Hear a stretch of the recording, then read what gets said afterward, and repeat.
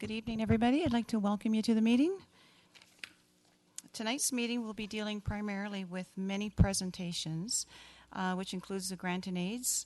I'd like to request that each presenter, if they could please keep their presentation to less than 5 minutes, or 5 minutes at the maximum. We have almost 19 presentations tonight.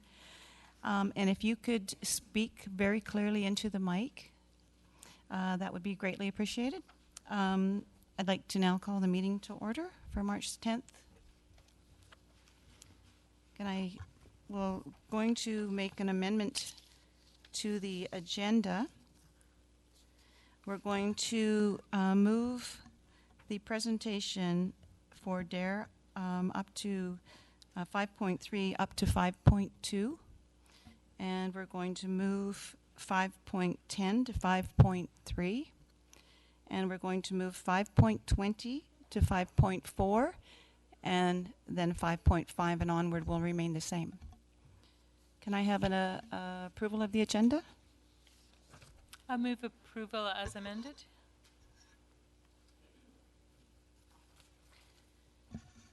Our acting Director of Finance, Andrea DeBosi, will now provide an introduction and background to the committee with respect to the West Shores Parks and Recreation budget presentation. With respect, Madam Chair, we did have adoption of the minutes prior to that as item number 2. Oh, my apologies. Can I have a mover for the adoption of the minutes?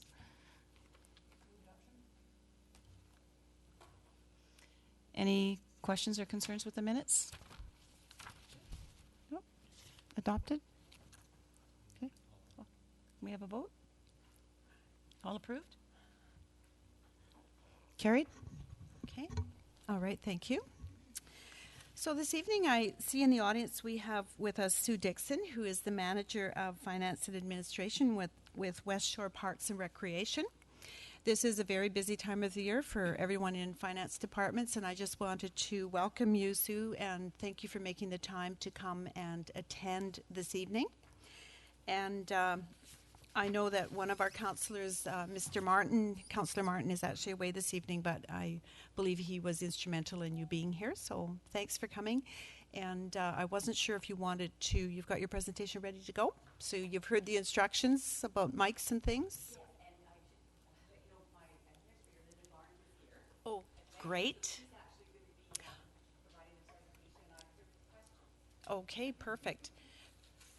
So the mic has an on-off switch on the bottom there. Hello, hello. Does it work? Thank you very much for inviting us tonight. I will do my best to keep it under 5 minutes. And I'll make sure that this works. Does it work? It's not.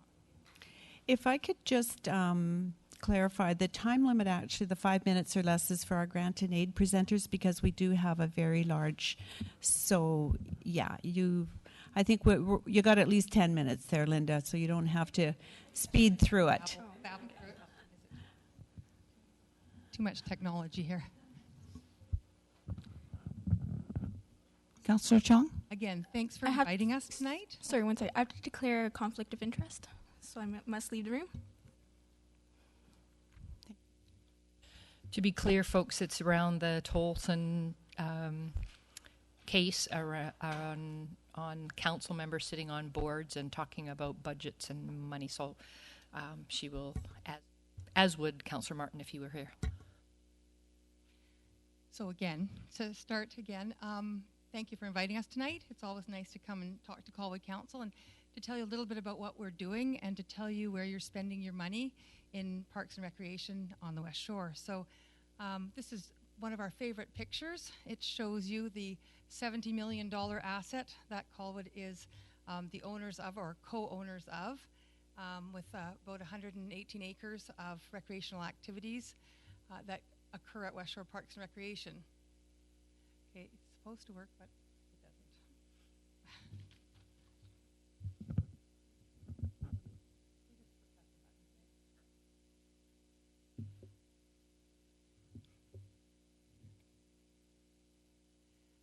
What we've done is prepared a few highlights and overview. You have you will have the whole detailed budget, which is a lot more detail for you. But our total operating budget for West Shore is $5.65 million, which is our, as in West Shore Parks and Recreation's share of the revenue, not including your requisitions or the requisitions from members. And so this year is actually an increase of $113,000, so a 2% increase in revenue. And that comes from everything from raising our prices a little bit to increased attendance at lots of our programs. So we try very hard to maintain increased revenues without making it impossible for people to attain recreational activities. Most of our program areas are experiencing a lot of growth, and there'll be some slides later on that will show you a little bit of that growth. But the demographics of our area are very much support this kind of growth in parks and recreation. We're bursting at the seams in many of our program areas, and so that is where some of our budget growth comes from. Our total operating budget expenses of $10.3 million are an increase of about $161,000, which is about a 1.7% increase from 2014. And I should note that we had a budget decrease in 2014. Our budget in 2013 was more than that. So in fact, we've been keeping our budget expenses very low. We've had a 4% increase in salaries over the last 2 years in wages and benefits, the 2% for the QP contract, and a 2% for increased benefits, which we hadn't been keeping up with as the increase in CPP and some of our other benefits have increased. So as you can see, we're tracking very well for managing our expenses. We've had quite a large increase in expenses, and we've been able to cover it with some of our revenue increases. We've had a bit of an increase in hydro, but a decrease in natural gas, and some of that is offset by some of the work we're doing on the aging facilities and trying to update some of our systems to make sure that we're keeping up with those utility bills. And our other expenses remain pretty much the same. Nothing major to report in increased expenses there. We just thought this shows you our expenses by category. Our salaries, wages, and benefits are 66% of our expenses. Utilities and maintenance at 14%. Program costs, administration, and food and beverage. So just gives you a little graphic view of some of our expenses. Under our highlights of major repairs and maintenance going forward, it's quite a large year in repair and maintenance because we're looking at redoing our, we have a huge boiler that needs to be replaced. It's 40 years old, it's dangerous, it has to come out and be replaced. We could replace it with a similar kind of boiler, but we want to be more proactive and replace it with a system that will actually help us to reclaim a lot of our energy and use it in the rest of the building. And so it's quite an expense in this year, but going forward it will pay itself back over 10 years. So that's what the sort of major increase in repairs and maintenance is. Another slide that we thought would be interesting to take a look at is just the percentage of municipal requisitions and the changes from 2014 to 2015. Colwood's change is about $14,000, and it's still not at the rate it was in 2013. So we're trying to keep your requisition low and doing the same kinds of activities that without cutting back on our activities. We're trying to be very proactive in that as well. Your requisitions increased, well, overall by all member municipalities by 82,000, which is about 1.7 from 2014, and there's still less, as I said, than the 2013 requisition totals. The requisitions provide about 46.2% of funding, which is very low, and low in terms of across Canada. So a lot of recreation centres and a lot of recreation departments and municipalities operate at about a 60 to 75% public funding. So in other words, we're very efficient with your money, and we're trying to keep that under the 50%, which is still a good goal for us to reach to, but we're proud to say that we're keeping it at 46% this year. That just shows you some of the activities on our wonderful fields. And another slide that we thought was interesting, we've recently, in the last few years, have been with some new staff that have come on and some new systems that we have in place, we're trying to gather statistics in a much more thorough way. And one of the things that we were able to do is to gather some of the pass holder statistics by municipalities. And this is just pass holders, so it doesn't include drop-ins or people coming for soccer, or this is specifically people buying passes. So it would be 10 times pass, monthly pass, yearly passes, regional. So, but it gives us a little snapshot, and it shows some of the increases, and it shows some of the percentage of people using those passes. So Colwood is a big user of the passes at Langford, and it just shows a percentage down. Interesting for us is the non-West Shore users, and those have been increasing, not so much. It doesn't show too much right now, but from prior years, like when we look back at 2010, or when we look back, we're increasing quite a bit. So we're thinking it's the quality of our facilities. We have had the upgrade in the fitness center, and a lot of upgrades in some of the equipment and things that we have there. So non-West Shore residents are also using our facilities. As you can see, a picture of some of our new equipment in the weight room, and even I don't know how often you drive by the center, but you can see by the parking lot that we're full, and we were full when this new when the new fitness center was built. It was already full. So we have a real commitment again to taking a look at what more we can be doing to service the needs in this community that's continuing to grow. If we look at our program registration and the program revenue, you can see again the percentage of total program registration. This is things like the preschool programs, the adult fitness programs, any of those things. So we've just, again, pulled a total revenue to take a look at increases in revenue. And again, we're having continuous increases in revenue, even with some of our expenses as well. And then one other slide, we thought that would just be an interesting snapshot. We sort of picked and chose some of the things. So our senior center, you can take a look at the usage by municipality. So again, we can break it down so that 297 members are from Colwood, and then you can take a look at where everyone else is from. So it gives you some idea of who your, what your constituents are in the senior center. And then there's some pictures of our pottery studio and our woodworking shop at the senior center. Again, we just pulled some other statistics we thought might be interesting as examples of the growth and volumes.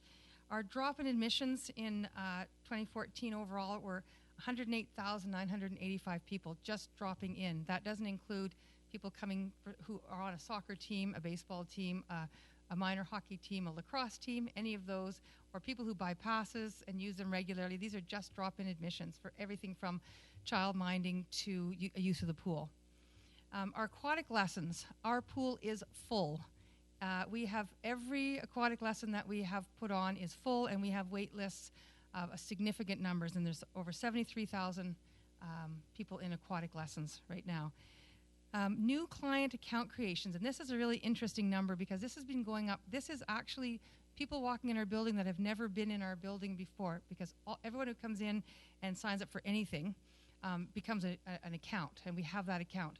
So that's in 2014 we had 6,471 new people walking in the door, and 2013 was just a little bit less than that as well. So that's not recounting people, that's new people walking in the door. And 2015 looks like it's on track for that as well. It's been a crazy number of new people in the building, which is all really good news for recreation. It means that people are staying active. And then we're looking at our rental bookings. So we actually do a lot of rental bookings. We manage the rental bookings for the school district, and also all of our rental rooms and bookings. And we have over 10,000 bookings a year that we handle just from our little bookings clerk desk at the front desk. As many of you attended or are aware of, we have our Rock the Shores, a picture of what the grounds looks like when we're really rocking, and we're hoping to continue to have those kind of events at the grounds, and they've been very successful to date. Another picture of some of our patrons. One of the things that we're very interested in and have been working on, particularly over the last 2 years, is our energy efficiencies. And so we've been managing our power with occupancy sensors, programming heat in our light schedules, doing lots of on-demand hot water boilers and staff training. So we're really working on that and I know as Colwood is too. So in partnership with some of our member municipalities, we really want to be leaders in that energy efficiency.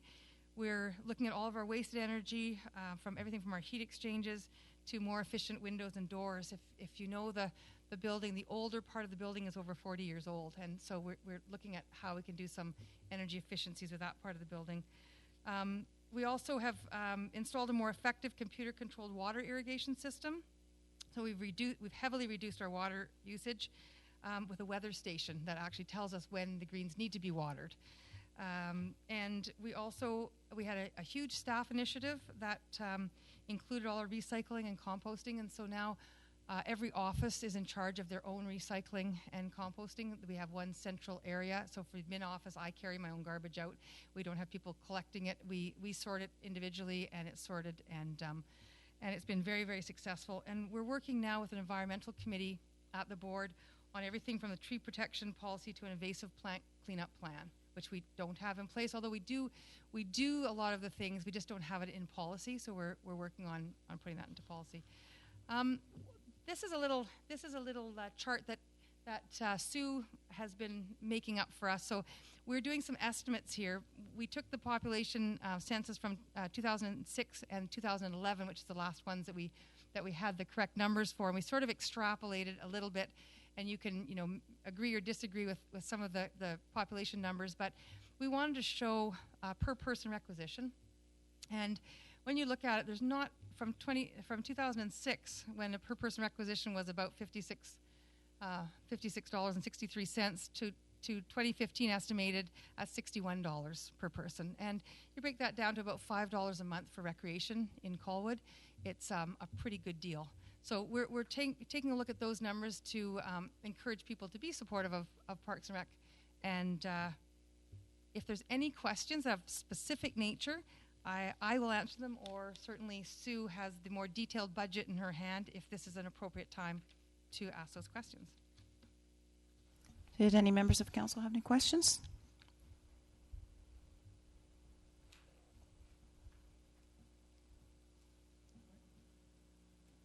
No?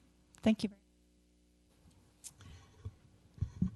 Madam Chair, I just wondered if council wanted to pass a motion recommending the budget approval to go forward to council. Would anybody like to make a motion to recommend to council with respect to this budget? I'd be happy to move the recommendation that council approve the budget as presented. And the amount for the record is $1,098,347. Any questions from members of council? Can we have a vote?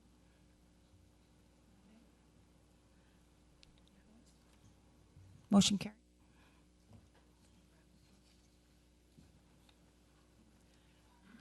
Thank you very much.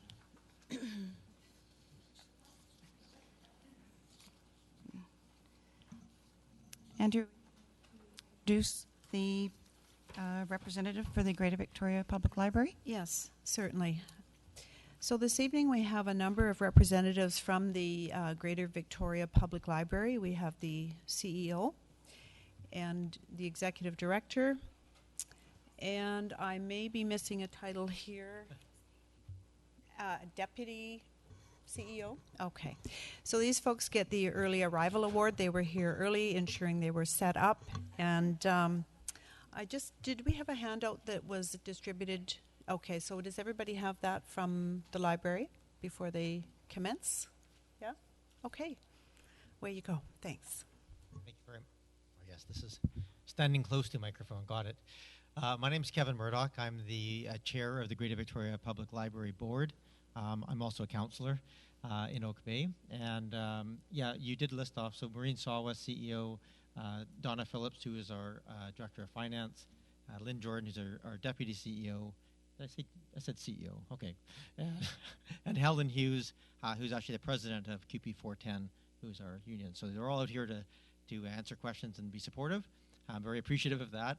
Rob Martin is our council representative from Colwood on the library board. He does a very good job. He sits on our finance committee. So if you have any really hard questions, you can ask him when he gets back.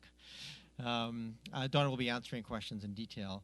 I just want to thank you very much for inviting us out here. I don't know when the last time the library presented to Colwood, but I think it's been quite a while, certainly before my time. So thank you very much for having us all here today. Just a couple of quick words, and I'll hand it over to Maureen. The GBPL is one of the, well, actually, arguably, it is, according to the Canadian Urban Library Congress, the busiest library system in Canada. We have more circulation per capita than any other jurisdiction in the country, and that's really driven in many ways by the hard work of our staff and the board to try and make sure that the library remains relevant and provides real value to our clientele. In front of you is the final budget package. This is a reduction from the draft budget that you may have seen a month or two ago, and that reduction has come from a lot of hard work with the board and the staff trying to find alternate ways of funding some of the projects, pulling some from reserves, trying to reduce some of our operational costs. Our cost increases, much like the previous presenters, really comes down primarily to cost of wages and benefits. That's the biggest bulk of it, and a little bit of deferred investment in some of our collections that has happened over the last number of years. So with that,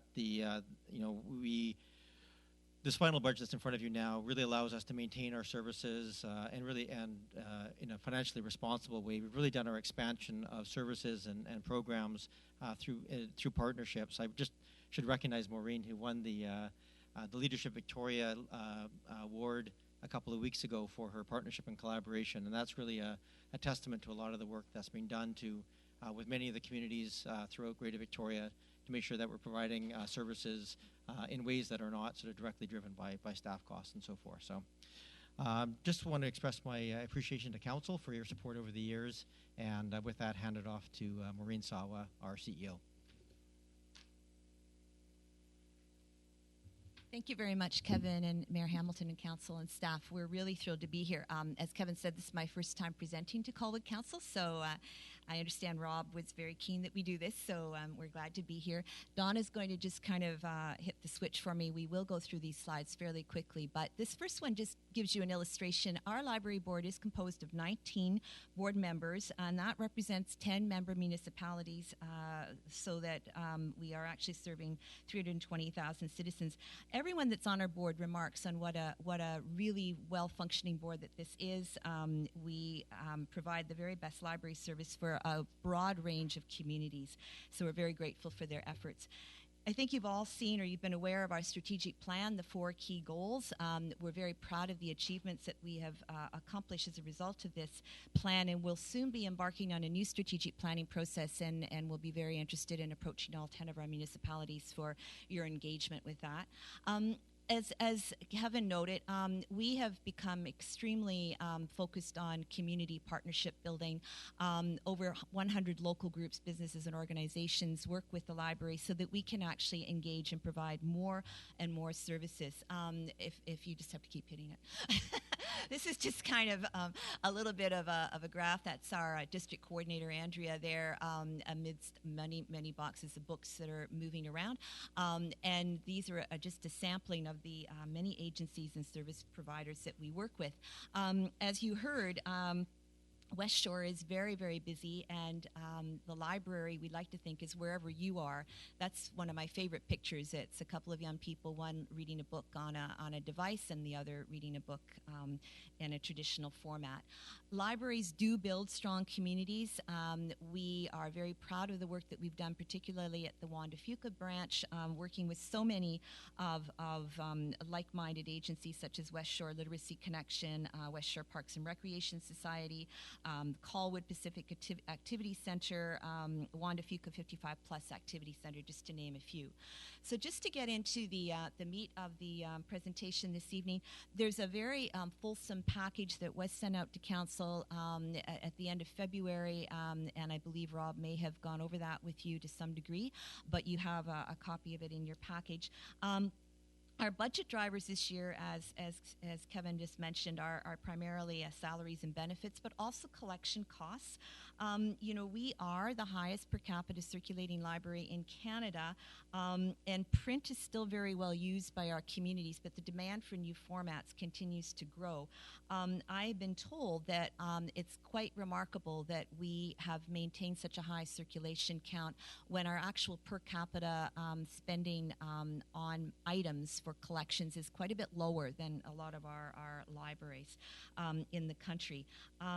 Borrowing of ebooks and e-magazines has grown tremendously, but at the same time, increasing costs not just to collections but also to maintaining facilities because of our high use. However, we have worked very hard on budget savers.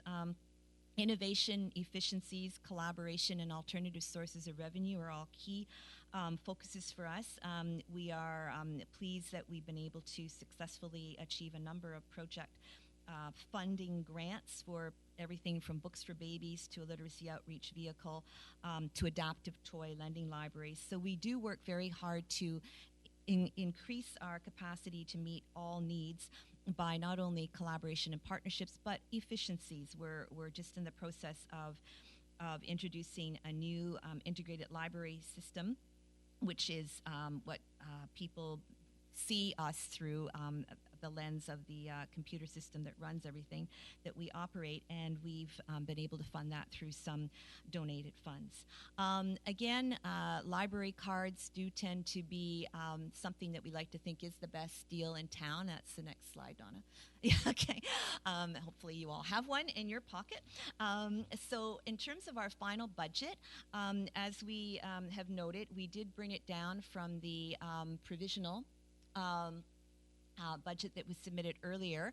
So this just gives you kind of an overview. Again, you do have all of this material. Our municipal contribution overall increase came out to 3.94%, and for Colwood that translates into a 2.81% increase overall. This is allowing us a status quo budget. It means that we can maintain our service hours, we can maintain Sunday openings, we can continue to develop library collections that balance the demand for new and traditional formats, and most importantly, we can continue our community partnerships. People sometimes get alarmed when I say this, but I do believe in doing more with more. And when I say more, I'm not talking about finances, I'm talking about shared community resources. And I think Greater Victoria Public Library is really doing an excellent job thanks to the innovative ideas of our staff. We wouldn't be able to do what we do so well without the energy and the expertise and the resourcefulness of our staff. So the final slide is just a quote, or the second final slide is just indicative of the kind of stories that we get told all the time. Libraries do change lives. This is an individual who was a Reading Buddies alumni and just spoke quite eloquently about how volunteering to help as a reading buddy at the local library really introduced him to a love of learning. And there is someone I think you all recognize who our board members are very engaged in our community activities, and that was from a summer program that we did last year. So again, in the interest of time, that would conclude my remarks. Donna and I are both very pleased to answer any questions that you might have. Thank you. Thank you very much. Does council have any questions? Councillor Nault? Just a question on the 2015 final budget. You show a transfer from reserves of $373,000. That's up from 2014 of $78,000. How long is that kind of transfer sustainable? Are we going to be looking at a gigantic increase next year? I don't know how big your reserve funds are. Okay, I'm going to ask Donna to answer that because she's way more succinct. Okay. You can see in the operating budget that there was a fairly large operating surplus in 2013. So a large part of that money coming into the 2015 budget consists of some reserves that occur, or a surplus in the operating fund that occurred in 2013. They were one-time increases. We don't expect those types of surpluses going forward, but it was an unusual year. So we had a few things going on with there was a change in our revenue, provincial funding, and some other things that occurred. So the bulk of that money is from that, as well as the $373,000, as well as some money for deferred projects for tenant improvements. And we're also utilizing some of our donation revenues to help us with some one-time operating costs and capital costs. Thank you. And just a comment for the public. If you're wondering why your municipal taxes keep going up, provincial grants to the Greater Victoria Public Library have gone from $805,000 in 2013 to $640,000 now. That's a drop of almost $200,000. Federal grants have dropped from $59,000 to $15,000. Again, another huge drop. And operating costs continue to increase, as does everything else. Municipal members have had to make up that entire difference over the years. So I think the library has done a good job trying to keep costs in control and investing in new revenue streams. Any further questions from council? There being none, would council or committee like to make a recommendation to council? And just for clarity, if you'd like me to clarify the amount of the budget. So it's a 2.81% increase, and the total amount that Colwood's share of that is $769,438. Recommending to council approval of that budget item. A vote? All in favor? Oh, I'm sorry, Mayor.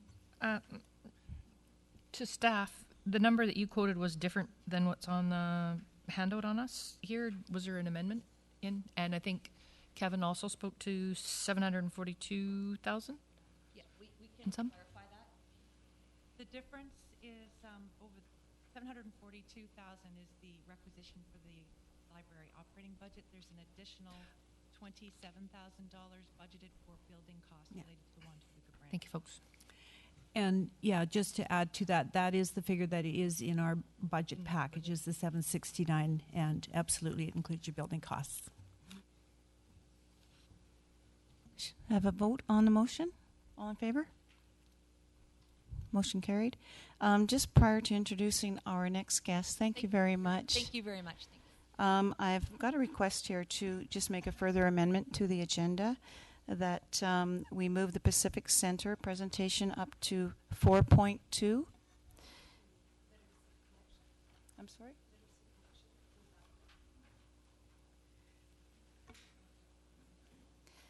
The Literacy Connection has asked to be moved up, which is item 5.20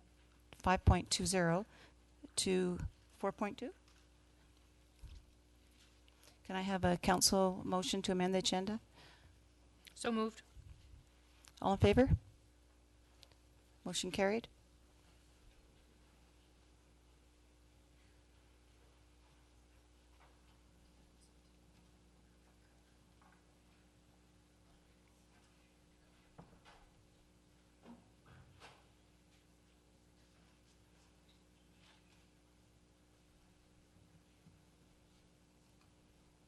Our next presentation, if we could get you to introduce them, Andrea. Thank you.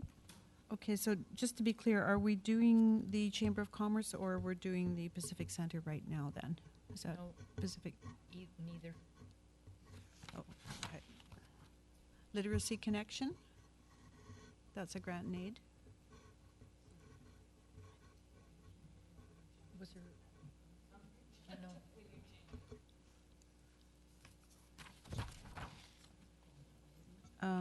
Item 5.20, your Literacy Connection. Chantel?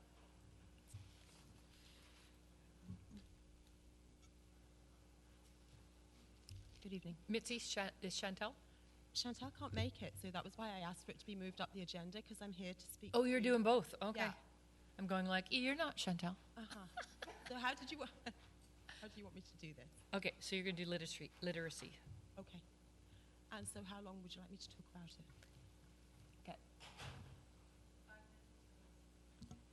5 minutes maximum, if you could, please. So the request from Literacy West Shore is for a small grant to support the family literacy tour. And the West Shore Literacy Coordination already provides a lot of services that support the community and families in the community throughout West Shore, and we always bring added value. The event has actually already taken place, and it has been supported by some of the other West Shore municipalities as well. And so I'd just like to summarise for you exactly what the funds have been used for, and also some of the success stories as well.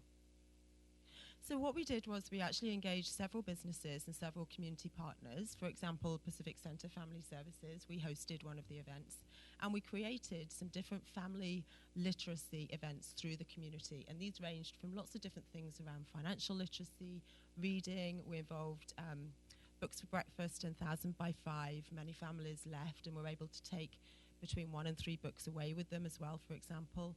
At PCFSA, we hosted the Take Apart station, which is always really popular. And so the intention is to just bring literacy into family life and family activity, and to engage the community in supporting us to do that as well. So there are a range of different options. Some of them were outside, some of them were indoors, some in businesses, and some in community hosted centres. And because of all these partnerships, the costs were actually kept significantly low. And when we tabulated all of the in-kind value added and also the volunteer time, it's definitely a great investment of a small amount of funding that creates a major event in West Shore, and it's been successful for several years now. Approximately 400 people attended the event, and around 25% of those were Colwood residents. And 97% of families felt that they had learned something new as a result of this event that could be applied at home. And we had some wonderful comments sent back from families who had benefited from the event, saying that they were really excited about actually getting a book and taking a book home, that they had learned something, and that it was a really enjoyable event, and they got to see a lot of different stations. As I said, we already had funding that's been donated, for example, from Langford, including Langford Trolley, as well as monetary value. The total budget was around about $1,000, but on top of that, we had a lot of extra added value as well. Any questions? Any questions from council? Councillor Knoll? I note the application is requesting funds for January 27th, 2015. Yeah. So, just out of curiosity, the money has been spent already. What happens if Colwood says no? Colwood residents have benefited anyway. We have an ongoing budget for the West Shore Literacy Coordinator, so we would have to find a way of absorbing those costs into the overall annual plan.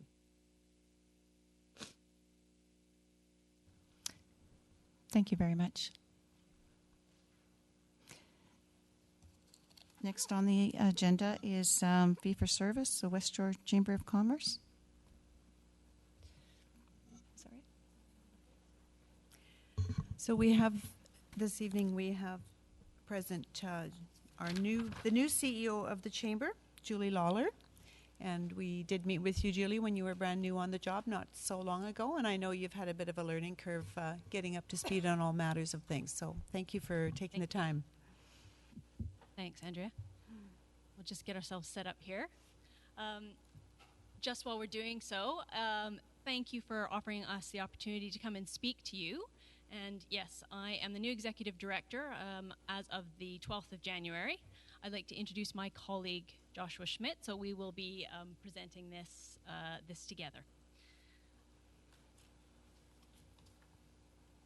So if I start off then just by a bit of an overview, the Colwood Colwood has very kindly supported the Chamber of Commerce over, I know, a number of years, and I will confess to still learning a great deal about what the relationships and what has happened over the years.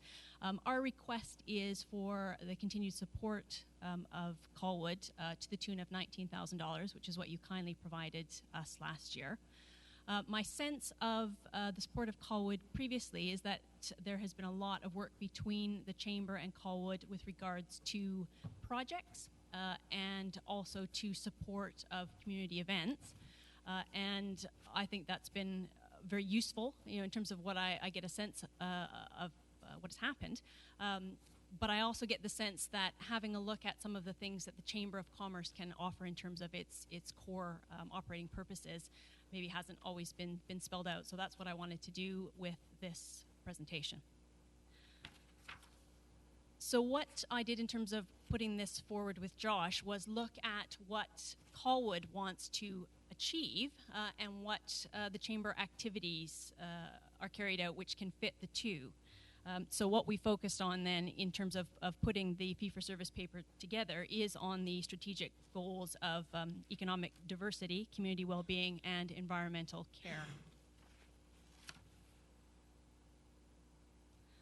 Now, having started not that long ago, I guess I'd just like to say a little bit about what I'm bringing to the assessment and what goes on at the Chamber. I'm very keen on being entirely transparent in terms of our financial practices. I don't think it will come as any surprise to many of you that the Chamber has had some financial challenges over the last couple of years. And so part of my role in the first couple of months has just been assessing what we need to look at for example, our debt repayment, and also looking at what it takes to run the Chamber in a pared down version. So my assessment of that had been it's about $16,000 a month, about $192,000 a year before debt repayment. And I will also say that it's my ultimate aspiration, although I'm not yet in a position to do this, that I will be asking for less and less, and ideally none, funding from our municipalities as the Chamber gets stronger. But we have quite a lot to do before we can get there. Okay, I'll speak a little bit just to the economic diversity that we bring to the table to the West Shore. So specifically, just to quickly go over some of the activities that the Chamber does perform, one of the key factors that we've been doing and have started and I've seen ramp up quite a bit is getting data on what is actually happening in our community. One of the things that we do is our labor market partnership. So this is getting firsthand data on what is happening here in the West Shore in regards to our community with the goal of increasing jobs for our residents. This is, of course, providing a lot of data that we're going to use. We're also looking at doing a community consultation to identify what our members' interests actually are, what their challenges are, so we can address them and speak to our community and benefit them. So a lot of firsthand data gathering. We're also looking at industry attraction. So what can we do to bring industries to the West Shore that will benefit our residents, benefit our community? This goes hand in hand with our work with the CRD and with the Greater Victoria Development Agency, the GVDA. And so we've developed a very strong working relationship with the GVDA to specifically represent West Shore businesses and their interests when it comes to regional planning and regional economic development planning. So that's kind of economic diversity in a nutshell. So we have a bit of activity going on and a lot more occurring this year. And I'll also speak briefly to a couple of points here in community well-being, but out of all the things that we do, we felt that there were a couple that would resonate most effectively with Colwood, which would be spreading awareness of various support programs that are accessible, whether offered from the federal, national, or federal, provincial, or on the municipal level. We are always promoting informative and educational programs, useful programs for the business community. So that's one area. Another area is innovation. So social enterprise is a very big thing. The Chamber, we view ourselves as a social enterprise in what we're trying to do, being a triple bottom line focused organization. And as well, we have a very real interest in fostering social enterprise and the innovation it brings. So we're involved right now with the Social Enterprise Catalyst movement and are busy working with them around fostering social enterprise, of course, in our community, which I can say, being with the Chamber for a little over 2 years, I have seen definitely coming up on the rise. And then Julie's going to speak to the arts briefly. I wanted to say something on art support just simply because I've had the pleasure of meeting with a couple of organizations. So specifically from a Colwood perspective, I think one of the things that a chamber really brings is that it is able to connect people and people across business and community and bring them together. So I've had the pleasure of meeting with somebody who is the representative of Ribfest West, which is a big event that is going to be held at Fort Rod Hill in August, and will have a very beneficial impact on Colwood and the wider West Shore. And I had the pleasure of meeting Cindy Moyer fairly recently, and was just able during that interchange to provide her information about that, so that she could have that awareness and make those connections with what was going on. So that's just a small example.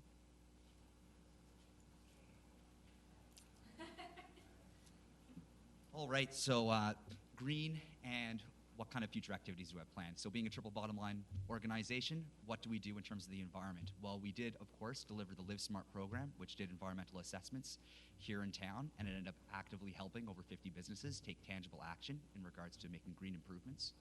We also, of course, helped spawn the Vancouver Island Green Business Certification and are a big supporter of it, as well as a founder of it. So definitely we are a chamber oriented that direction, and we continue to plan to be that way. As well, in terms of our future activities, when it comes to entrepreneur support, that's a very real place that we're looking at. Once again, social enterprise entrepreneurship. We definitely want to foster the ability for innovation and for new businesses to thrive in the West Shore here in Colwood. And so one of the things that we're looking at in terms of our future programs, which we've already started on, are a mentorship program. We've already laid a good foundation for this and are in the process of already bringing partners to the table to flesh out what it will exactly look like. But this is already underway, and we hope to have this implemented this year. We also, as well, while we do not directly provide microloans, we were looking into it. We do have a very close relationship with community microlending, Victoria Community Microlending, and so through them we are able to help guide entrepreneurs to access loans who would not be able to otherwise, individuals who have fallen through the cracks, who don't have the credit to gain one. And as well, we're also offering, looking at training. What can we do to support the small and medium-sized business owners as well as entrepreneurs with advisory boards, peer support groups, training that's relevant to them, and all those good things that'll help support entrepreneurship in our community. So finally, once again, I think as Julie was pointing out at the beginning, is that we're here because we have gone through quite a bit. I've been with the Chamber for 2 years. I've been through, in those 2 years, 3 leaders, with Julie now manning the help. I'm just getting to know Julie. When she first came on, I was a little worried, but she's awesome. Otherwise, I wouldn't be with the Chamber right now. So I have a lot of faith in what the Chamber is up to. Transparency, accountability, these are the tenets of sustainability. These are the tenets of what Julie is bringing to the position. And as well, of course, it's a question of what are we doing? We've told you guys what we're doing. We know kind of what your goals are, but we want to know more what we can do for you guys. So I'll just pass it back to you, Julie, here. And I think really that's the sort of final thing to finish on. We've put forward a proposal which we see very much as a working document. We've done a number of things for you previously. There may be something that you are more interested in us doing going forward, so we welcome the opportunity for that discussion. Thank you very much. Thank you very much. Does Council have any questions? Councillor Null? Thank you, Madam Chair. 2 questions. Every other presenter tonight has had to provide a budget and a financial statement. There was none provided to Council for the West Shore Chamber, nor are they available on your website. Do you have them available as an overhead by any chance? I'm just curious as to what proportion of our funds go where. I was not aware, I'm afraid being relatively new, that I needed to provide this or bring this here. Our year-end was at the end of December, so that information hasn't been finalized yet. If there's something that you're particularly interested in, I'm happy to have that conversation with you, although I will acknowledge that in terms of the fee-for-service arrangement with Colwood, what I'm very interested with anything going forward is codifying what it is that you want to see, because some of the information, I think, on both sides has not always been clear. Thank you. Any further questions? Madam Mayor? Just a point to note that the View Royal Casino is not Colwood. I saw that, and you know what it said in there? It should have said Colwood and area. And I was reviewing that today and thought they're gonna say to me that that's not Colwood. I was taking note of the Colwood. Yes, I'm sorry, that one typo. There's always one that you regret later. Councillor Day? Thanks. One of the items listed in your choices of service that we might want to partner with you on is the labor force study, which is my understanding that that is already complete. So I don't quite understand what we would be doing going forward with that. The labor market partnership study is, I mean, in terms of partnership, I would not be expecting a fee for service relating to that. What I would be expecting is to be able to provide information on that and see the various stakeholders to feed into that, and that is not complete yet. The plan for it, because we've had the transition in leadership and some changes, we are looking to seek an amendment to that so that we finish that at the end of July of this year. Any further questions? Councillor Day? One follow-up one, and that was in looking at how we might work together. Have you been holding regular meetings outside of your coffee talk or your meetings? Are there any meetings that have been scheduled with City of Colwood staff to talk about the initiatives? I have met with Andrea and Jen in my very early days, and that is the only meeting I've had thus far. I've also made an arrangement to meet with Councillor Trace tomorrow as a way of getting to know people in Colwood. Great. Okay, thanks.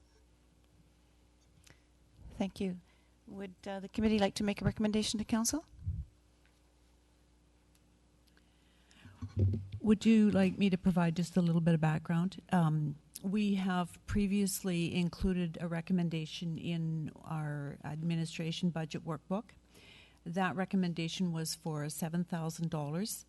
We have removed a $12,000 amount related to economic development. And the reason for that is that Colwood going forward does have an economic development strategy in place that we're looking to pursue, and that I know that council has discussed this, but it's up to them to make the decision as to whether they would like to recommend a figure tonight to council. As I said, we did have $7,000 in the budget, and this evening we've heard the request for $19,000.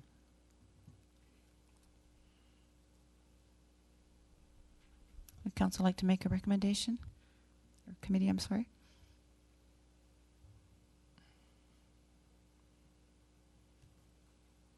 I would like to make a recommendation that committee recommend to council that we curtail connection with the West Shore Chamber of Commerce and provide no funding this year. And my reasons for that is entirely the Colwood Economic Development Strategy. We are currently discussing $45,000 for a development manager in 2015, $6,000 for a community profile, $30,000 for branding and promotion, and $15,000 for community well-being. I don't see that the chamber would be providing with anything that would add to those. So I feel that we originally, from my long days on council, partnered with the chamber when Colwood did not have any of these functions. We're now engaging in these functions, and the chamber is redundant. Any further comments from council? Councillor Day?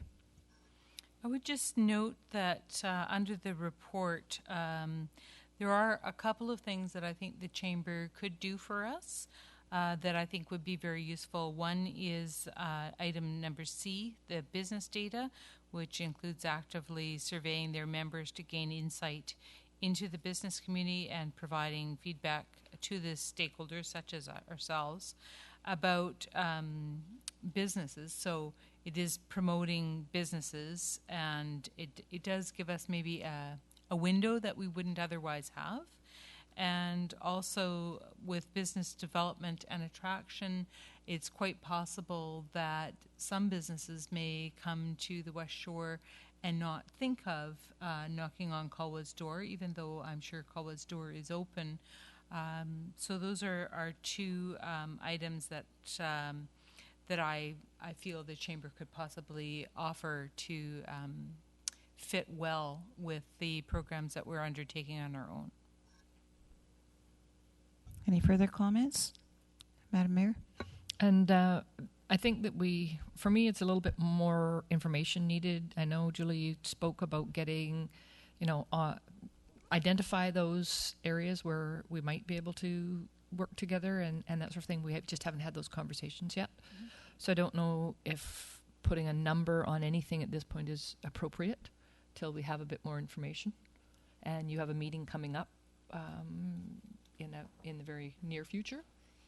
And I don't know who else, whether it might be something that Sandra, be involved in as well, where we can find those common grounds, because, as much as I support our own economic development process going forward, and yes, there is a considerable amount of money that's been targeted to undertake that, I think there's also a partnership to play out with the people that are here in the community as well.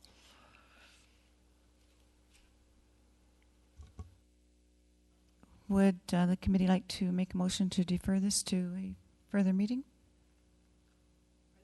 Would you like to defer this item?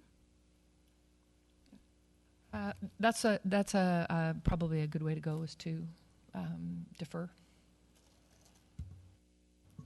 If I could just clarify for council, we do have a very tight timeline. Our next budget meeting is on Monday, March 16th, and our agenda is going out Thursday, so that's 2 days from now. So I'm not sure if you can bring a report forward on that item in time for the Monday meeting.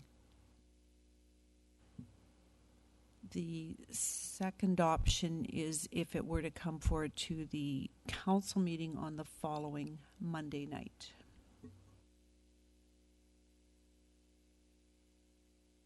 Councillor Day? Thanks. Just a suggestion. I'd like to keep things moving forward, and I'd certainly like it to be considered in the light of the budget, because that's what we're here to do. And I think that within the budget workbooks, although I'm not quite clear on, maybe I'm missing between my iPad and the paper, not knowing where the budget workbook is I should be looking at.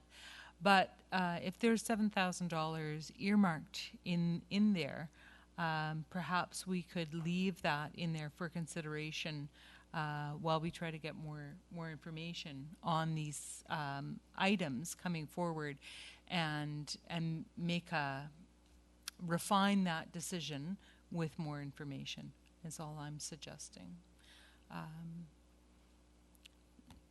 guess it's not a firm decision, but it's giving us time to get a little more information, and also giving us some parameters for finance to work in with trying to come up with some final budget numbers for us as well. Would that be a motion, Councillor Day? There's still a motion on the table.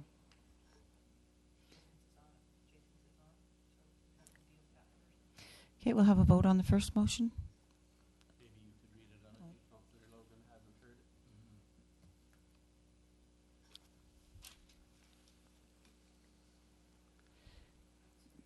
You need a second.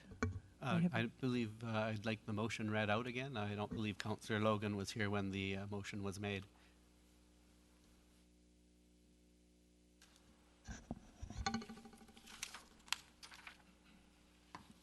That the committee recommend to council that we curtail,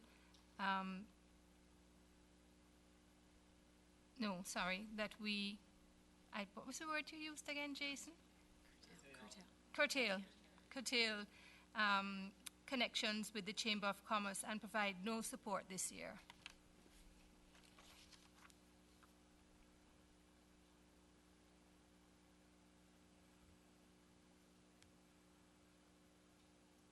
Call the question on the motion. All in favor?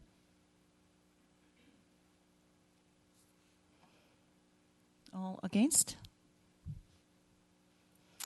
Motion's defeated. We'll do with the second motion. So I would move that we include $7,000 as is in the budget workbook, if I have that correct. At this time, while more information is provided, I would say through the mayor, on services with the Chamber of Commerce, with final amount to be determined at our next budget meeting. All in favor? Or discussion? Any comments from council? If we're going to ask for further information, I would like council to be provided with the detailed budget and the financial statement from last year for the chamber. I believe we have a right to know how our money is being spent, and that information is just not before us tonight. Any further comments from council? Call the question on the motion. All in favor? Motion carried. Sorry? Oh, sorry, those opposed? Thank you. Thank you very much.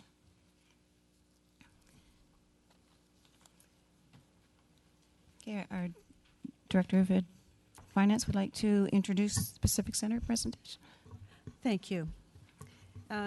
Mitzi Dean is here to present this evening on behalf of the Pacific Center Family Services Association. And Mitzi, I know you did a presentation earlier in September, actually, of last year, and we have included that in our package this evening for council. And at that time, you did recommend a number of options. And just as a reminder to council, there was three main options there. One was basically status quo on the amount that we pay, which was around $46,000.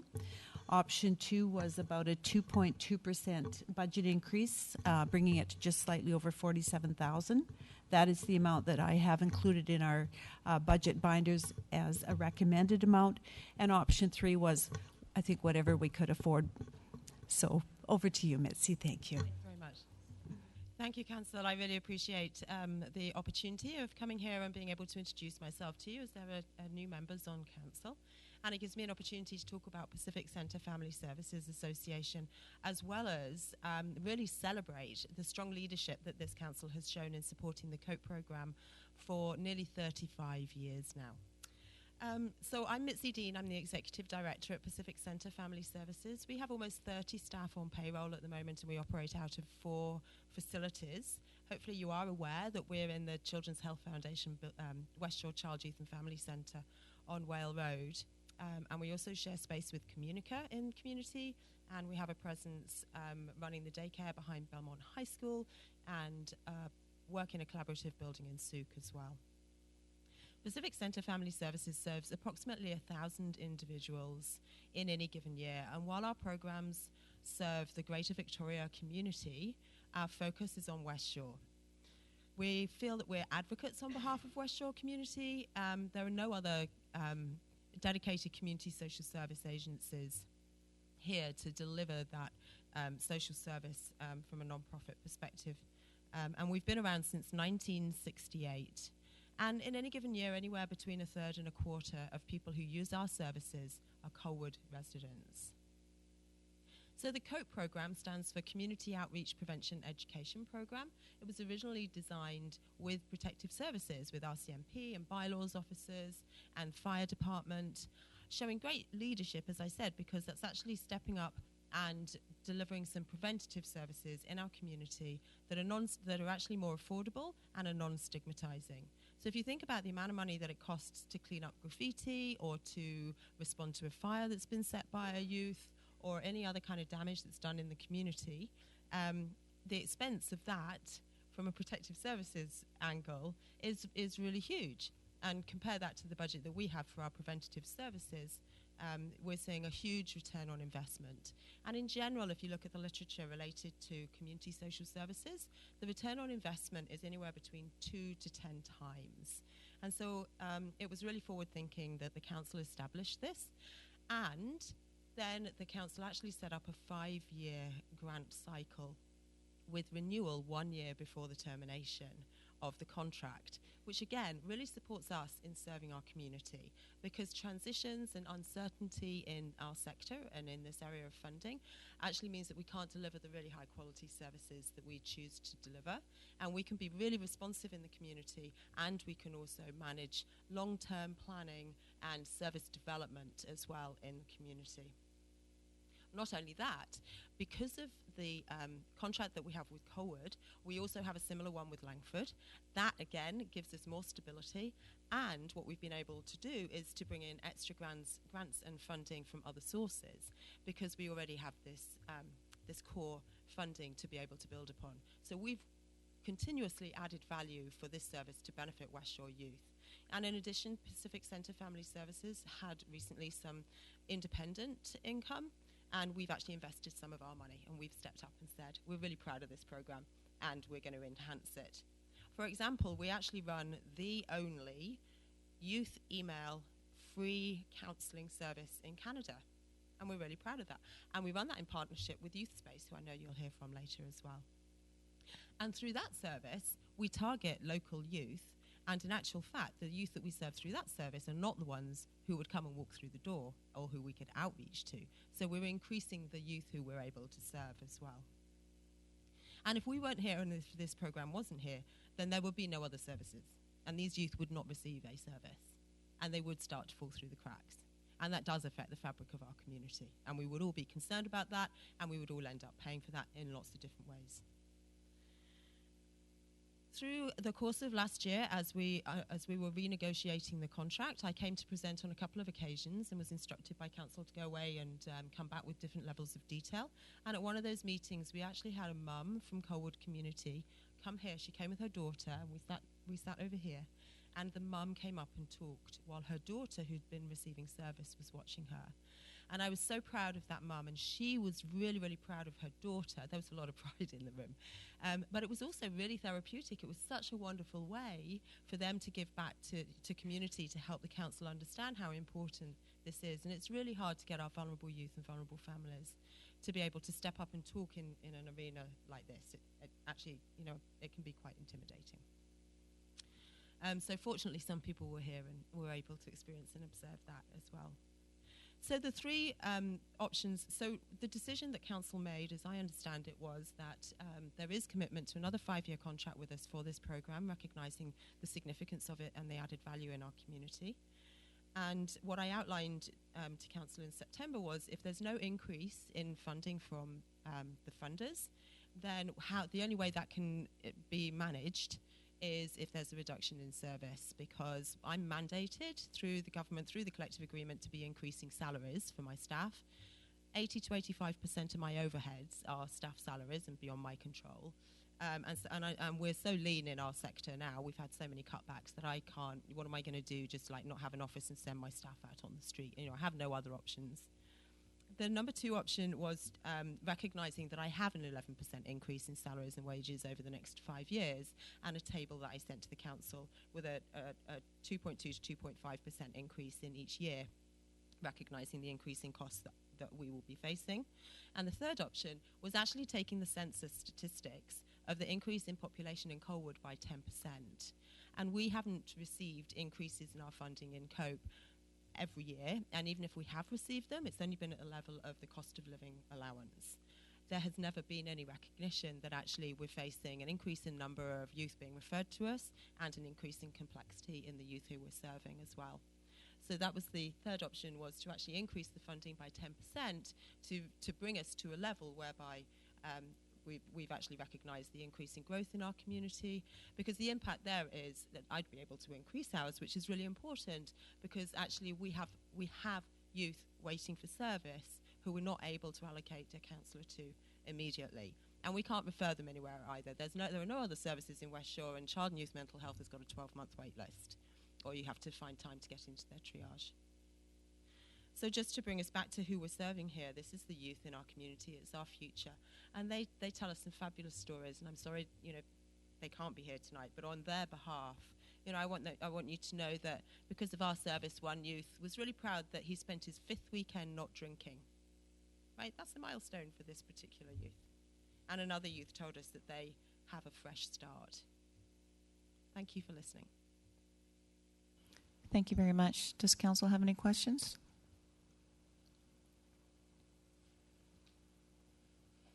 There being none, would the committee like to make a recommendation to council?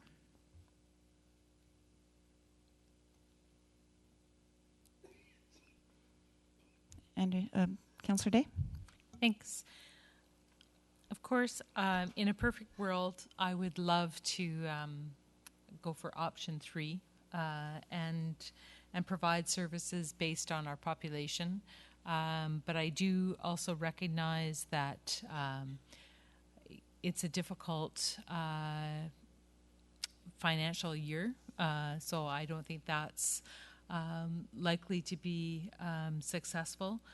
So for that reason, I would like to recommend to council option 2 with a reasonable amount to maintain the level of service that we have in spite of the cost of living increases that will have to be paid out to the staff. So that's my recommendation. Any discussion from committee? Councillor Nault? Thank you. Yes, I will support that recommendation. The only thing I would ask is that there's 3 of us on council that weren't there when this was presented in September. If we could get the financial information, such as the budget and financial statement that were presented to council at that time before the council meeting, so we'd have a chance to review that. I understand council is already committed to 5 years of funding, and I support that. I just like to get my head around how much money is involved with Pacific Centre and what proportion our funding is of their total funding.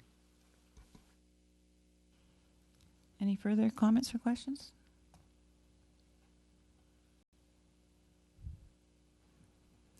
Okay. Have a vote. All in favor?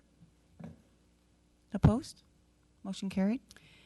And Madam Chair, if I could just clarify for the record, the amount that is recommended in our budget is $47,114. Thank you very much.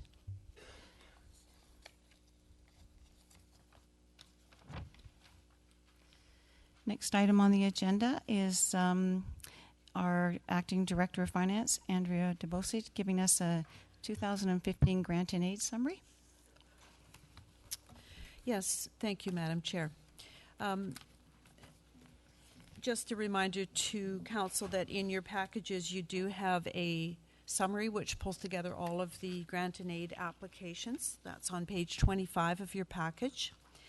And this does outline some organizations here this evening did receive a 2014 grant, possibly a 2013 grant. And so we do have a record of that here this evening in terms of what the amounts were. And we also have a listing of the amount that's been requested this evening. Now, I wanted to remind Council again, because this is part of our 2015 budget deliberations, that the amount of budget that was allocated for grant and aid last year was $26,000. And of that amount, Council did initially award $21,700, and they did hold back a portion of that budget because there's occasionally late requests that come into Council that they do have some discretion in. So what staff is looking for is some direction from Council first this evening before we hear the individual presentations in terms of a total budget that you would like to see established for 2015. So at this point, staff have brought forward last year's budget of $26,000. It is Council's discretion if you would like to increase or decrease that budget a small amount, keeping in mind that we're trying to work within about a 2.5–3% increase this year. So I was looking first to Council to, if you could set a total budget, first of all, for 2015. Would anybody like to make that a motion with that respect?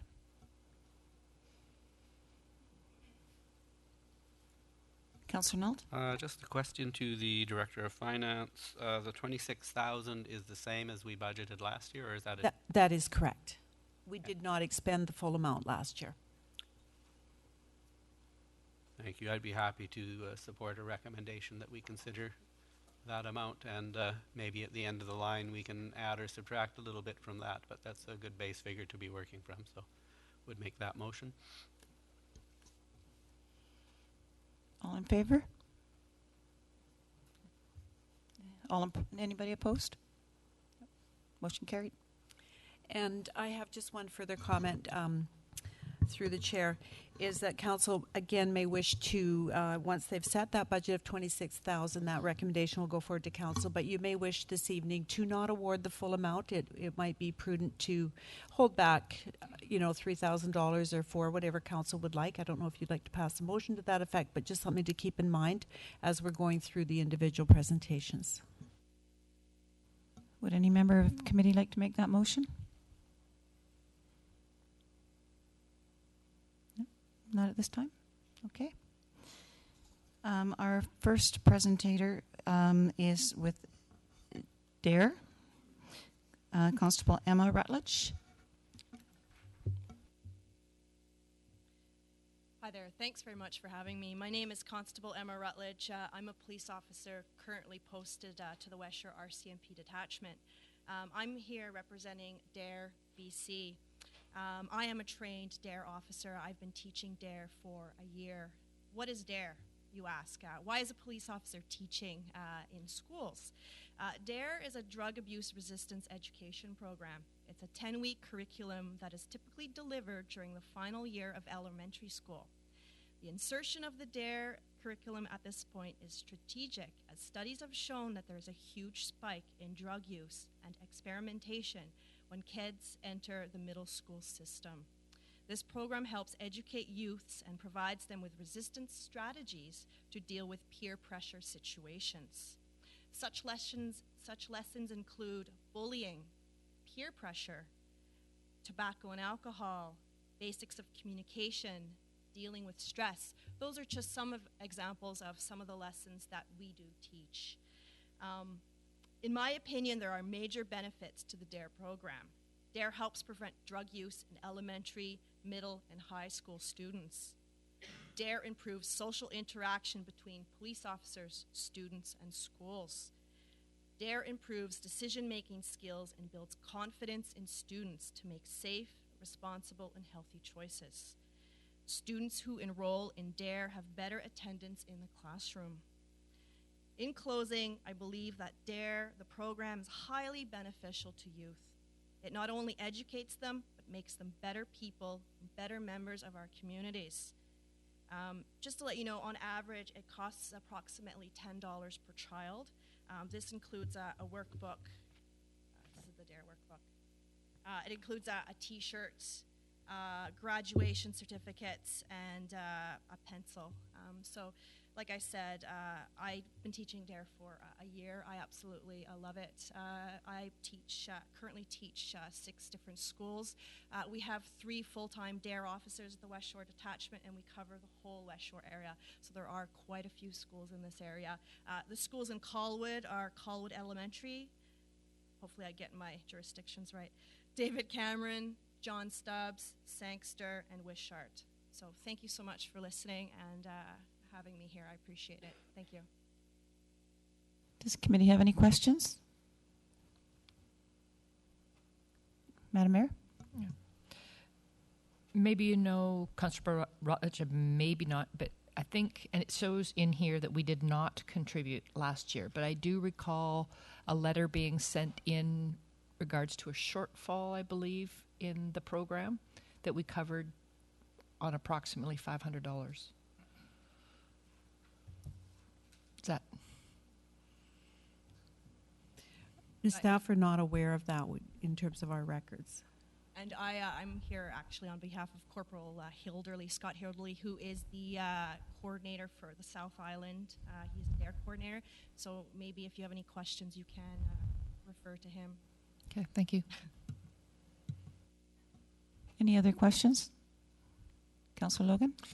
Thank you, Madam Chair. Not a question, but I will say that my son is actually taking the DARE program right now, and I can tell you it does have a lasting effect. He's come home and actually talked about it, which has rubbed off on his two siblings as well. So I think, from an investment perspective, this is pretty small potatoes compared to what the spin-off effects are. And I relate it to the WITS program that the schools teach as well, and they are kind of hand in hand. And so DARE and WITS are often talked about, outside the classroom, and they remember that sort of stuff. And so I think it's a really good investment that stays within the community, which I think is a plus. So I support it. Thank you. Councillor Chong? Just out of curiosity, we're only proposing $1,620 for materials. I'm curious as to how much goes into this in RCMP salaries and benefits. You said 3 officers. Well, I can't particularly answer that, but it has nothing to do. The West Shore does not fund the DARE program. The DARE BC is funded by grants, and businesses provide them the money. So I can't give you the full details of that, but I do not believe that it will go towards our salary. Thank you. So the salaries are funded by grants and not by the Western communities? No. Thank you. Councillor Chong? Thank you, Madam Chair. I also wanted to say from personal experience that I've taken the DARE program, and I just want to say congratulations to everyone who participates, because it is a wonderful program, and obviously I'm not on drugs. But I also I had a question about materials as well, because when I took the DARE program years ago, it seemed that the same materials were given, and this is a request for additional dollars. So yeah, again, I'm wondering if there's a breakdown in supplies that we can have and the money attached to it. I don't have that information. Again, I can contact Corporal Scott Hilderly, who could provide you information on that if you need to. Thank you. Councillor Day? Thanks. I am curious where the funding came from last year, because I know that Wishart School did a lot of fundraising to ensure that the DARE program could continue when my kids were in school there, which is quite a while ago now. And it's often something that PACs can fundraise for, or do fundraise for, to ensure that their kids do get it. I agree that the program is a really good program.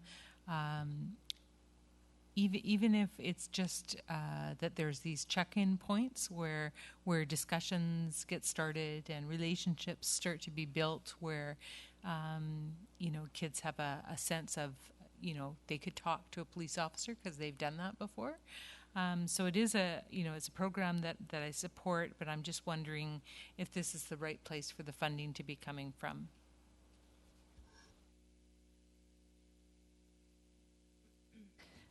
Any other comments? Just a question to our Director of Finance. Were we looking for recommendations at the end of the presentations? Yes. What I was going to suggest is that Council may make some notes as we go through here. You may have some ideas of what you'd like to award, and just kind of keep your own scorecard. Otherwise, after we've heard 15 presentations, if you wait till the end, you might not have remembered all that. So make a few notes, and then at the end, we'll try and bring it together for a summary. Okay, thank you. Thank you very much. Thanks very much. Our next presenter is the Friends Uniting for Nature Fund Society.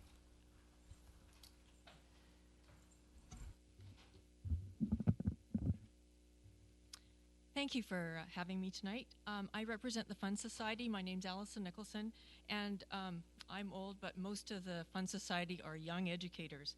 And the whole society is about recognizing that kids can really change the world if you empower them with the skills, tools, and support to make it happen. And that's what FUN is all about. The educators put on summer camps, day camps, and they really focus on environmental education and leadership training. So, and fun, of course. We've requested your support for 20 dedicated camperships this year, so children in need from Colwood can attend the camp. And last year, Fund Society partnered with the Family Center, Pacific Center Family Services Association, which you've just heard from tonight, and they identified 17 children at risk from Colwood and who attended the camp, and it was children that otherwise wouldn't be able to financially afford the camp. I'd like to draw your attention to a change in our application, and we have a letter from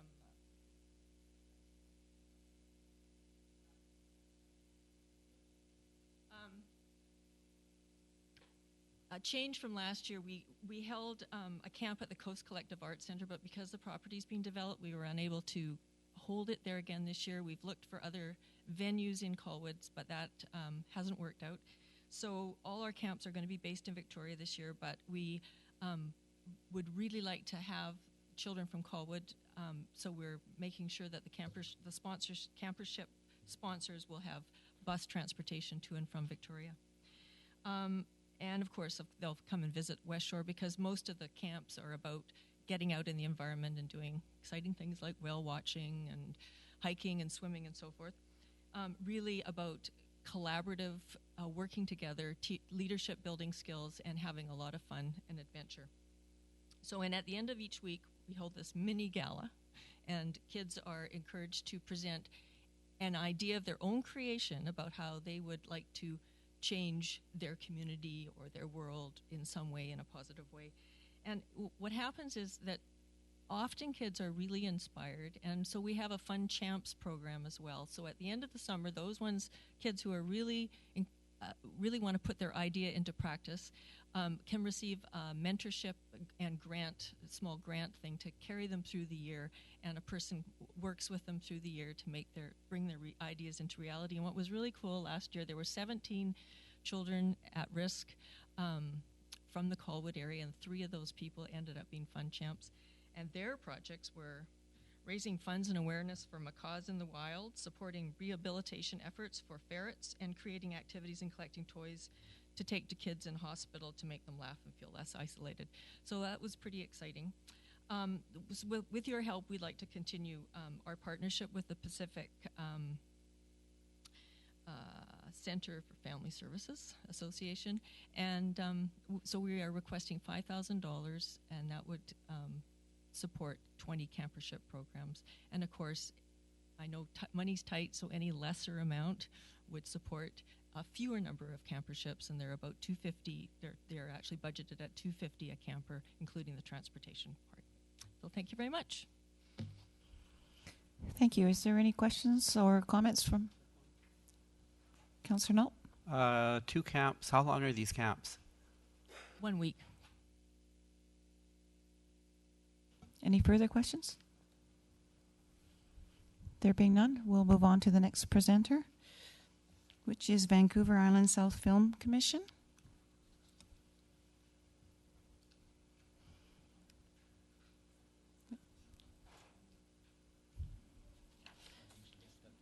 Step.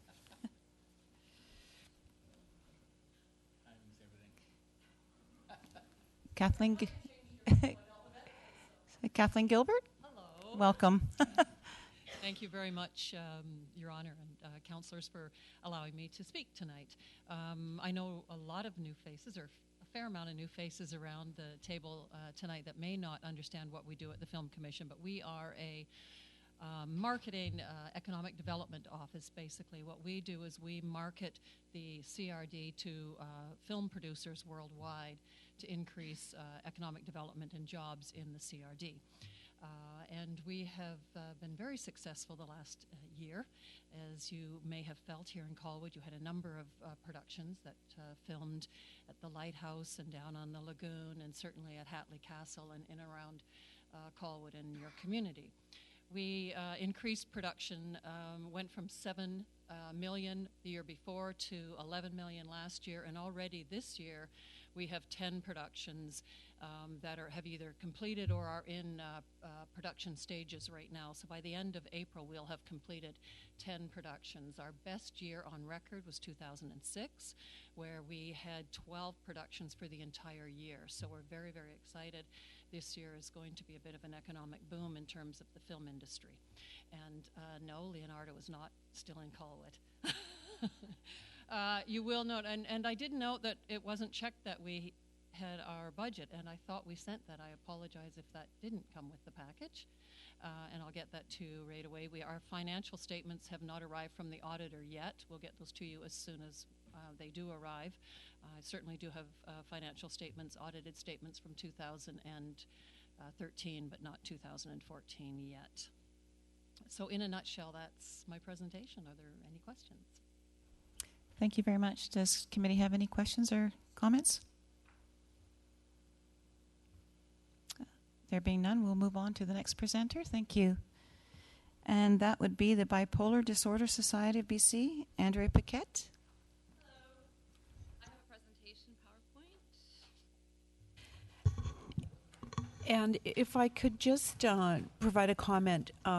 First of all, I apologize because we had told all presenters, and there was a bit of a staffing miscommunication that there wasn't going to be PowerPoint presentations, but yours was a series of photographs, I believe. Yeah. If you don't want me to, I could just present off the top of my head. Because in the interest of fairness, because we told the other groups that they weren't allowed to do PowerPoints, so if council has any other ideas, I will leave it up to you.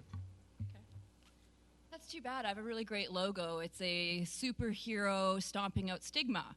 And the name is Bipolar Babe Stomping Out Stigma, which was a t-shirt I created in May of 2009. I also created bipolarbabe.com, and I was diagnosed with bipolar disorder when I was 25 years old. So it was my dream to share my story and to do that so I could help other people.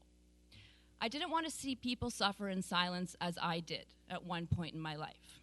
So, as I went out and did presentations on my own, shared my story, Gordon Harper from the Umbrella Society said, come on down to our society, do a presentation. I think it's really valuable. I was like, okay, and I went and I chatted really fast and nervous for about 20 minutes, and there was an hour of questions and answers. And when I left, I felt like I got a little piece of my heart back. So every time I spoke, it felt like that again.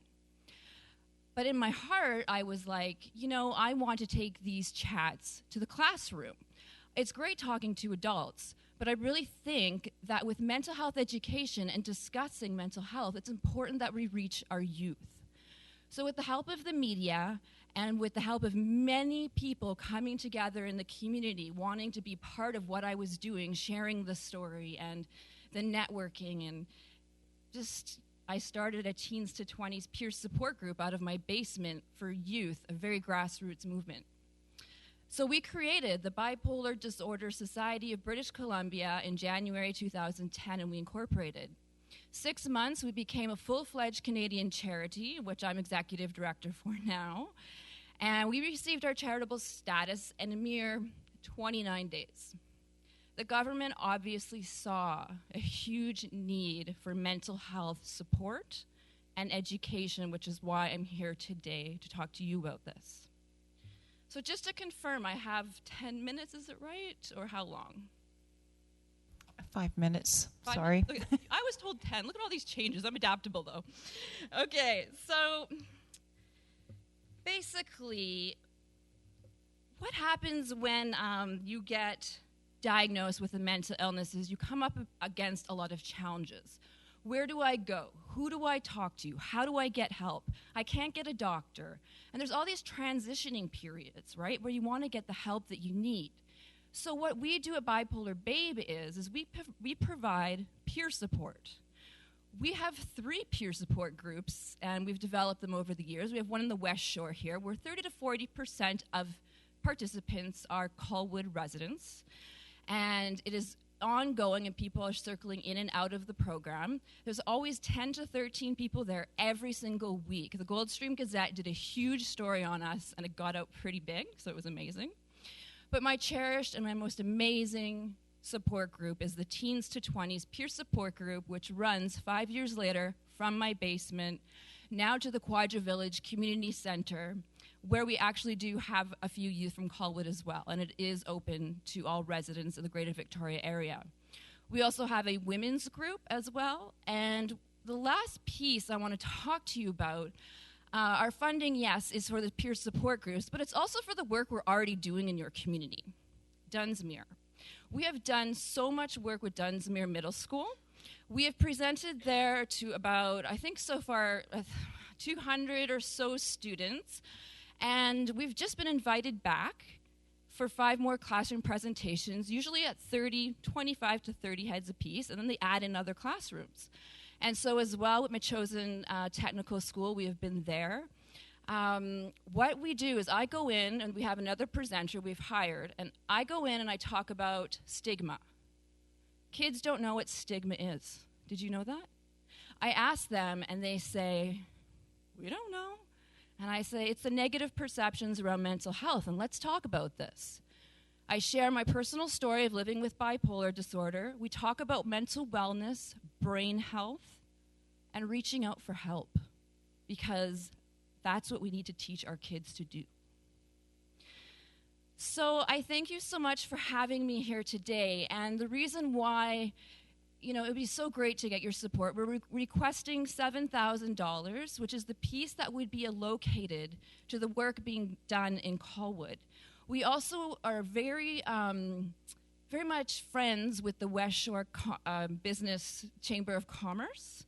And we want to get into some workplaces and do some adult presentations as well, more in this area. And we feel with this money, we can reach further into Rotary Club and as well to what you would recommend as to who would be a great place to present.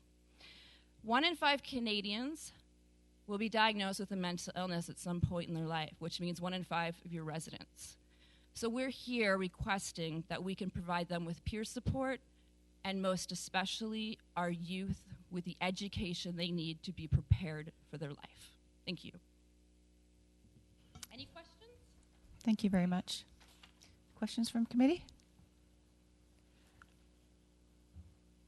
No. There being none, thank you very much. All right.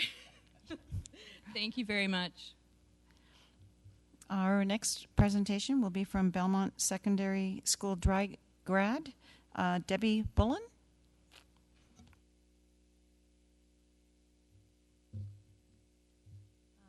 Hello, my name is Debbie Bullen, and I'm with Darlene Younger today.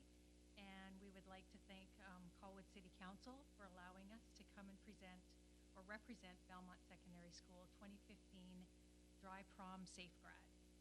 We are here to present our request for a grant and aid, and we're very appreciative of the $1,000 that we received last year towards our function. Your generous donation would be put directly towards supporting this event. This will be the 4th year that Belmont grads will be offered an overnight dry prom safe grad, and we hope to continue this tradition for our community and future graduating students for years to come. This is also a special year for our grads, as it is the 65th class to graduate from Belmont School and the last class to graduate from the original Belmont Secondary School. The Dry Prom Safe Grad has become a very successful event and one that the grads have embraced with excitement and enthusiasm. The event will be held on June the 6th and June the 7th in a completely transformed Eagle Ridge Center. This year, the grads have chosen the theme Under the Lights in Paris. We will be hosting approximately 450 graduates and their guests. The evening will begin with a formal dinner and dance at 5 p.m., followed by activities within the city center such as casino, laser tag, bowling, photo booth, just to name a few. The grads will be committed to remaining within the facility throughout the evening and into the morning. Pizza will be served later on into the evening, and breakfast will begin between 4 and 5 a.m., at which time the grads are free to leave. Our event is nonprofit and relies entirely on support and donations of local businesses, as well as the ticket sales to this event from our grads and guests. And we also have some grads are unable to financially pay for these tickets, so that fee is waived and is supported by what we receive through donations. The prom Safe Grad is organized and supervised entirely by countless parent volunteers. Our goal is to keep this event in our local area, promoting and putting money and memories back into our local community and businesses. At this time, we would also like to offer our services to the City of Colwood for any special projects that may be in Colwood's near future. We would like this to be an ongoing partnership where this year and years to come, the City of Colwood can call on our youth to help out within the community. It is an exciting opportunity for us to put back into the community and have the community more aware of the great and positive impact our youth can have. In closing, our focus is to keep our youth safe for such a milestone event and continue to keep the Dry Prom Safe Grad a celebration that is not cost prohibited to our families.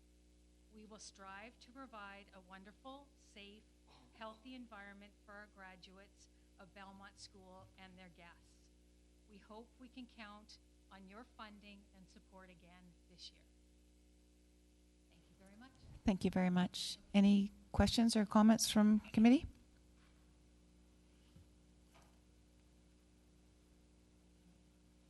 There being none, thank you very much. Thank you. We'll move on to the next presenter, and that is the Habitat Acquisition Trust, Wendy Churell. Mouthful. We go by HAT. There's a good reason for that. Thank you very much, Council. My name is Wendy Tyrrell, and I am here to support the request that we put in for $2,750.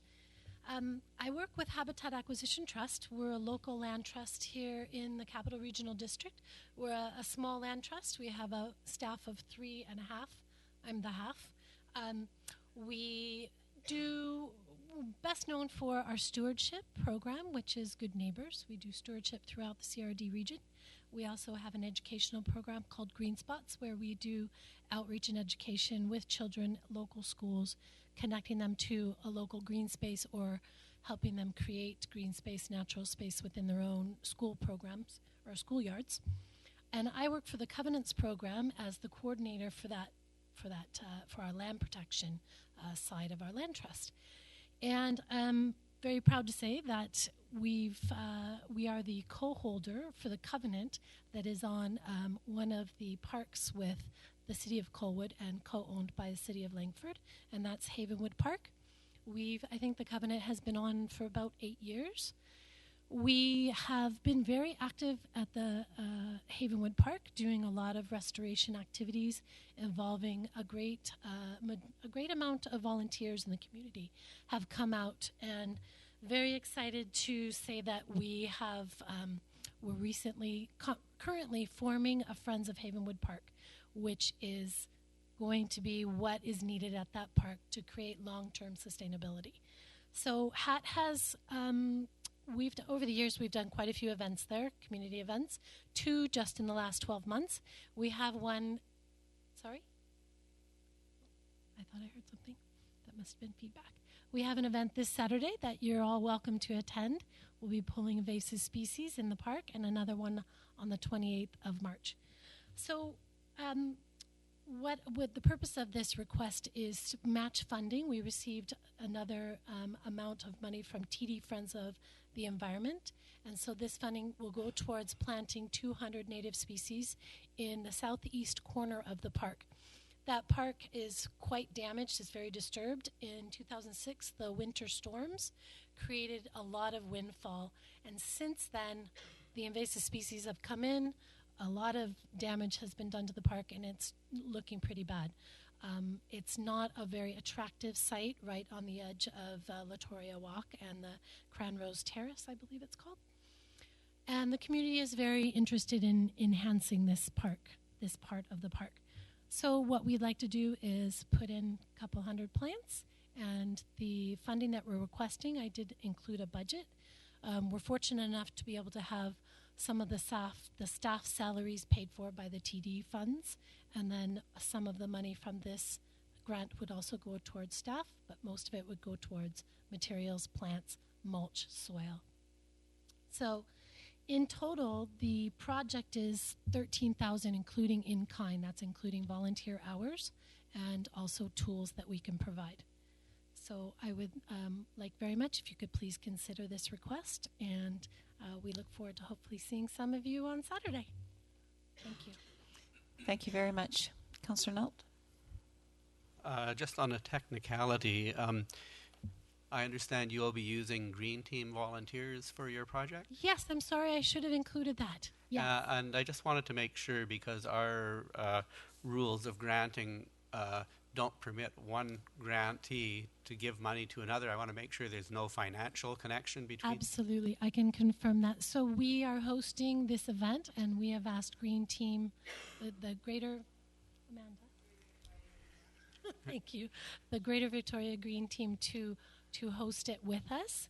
There's no financial exchange. It's all volunteers. She's providing volunteers.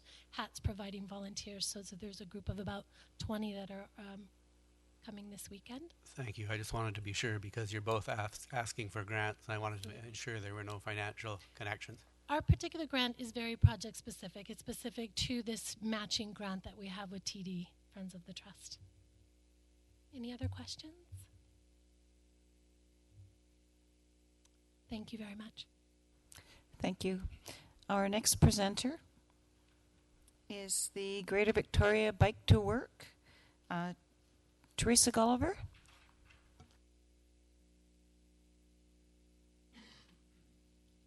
Thank you.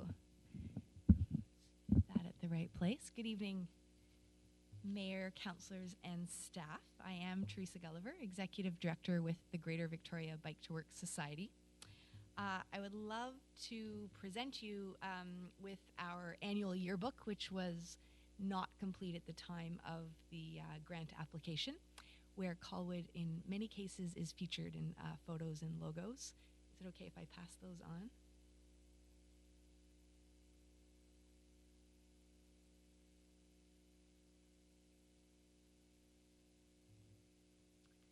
I want to thank you this evening for your past support and for consideration of this year's request. Bike to Work Week 2014,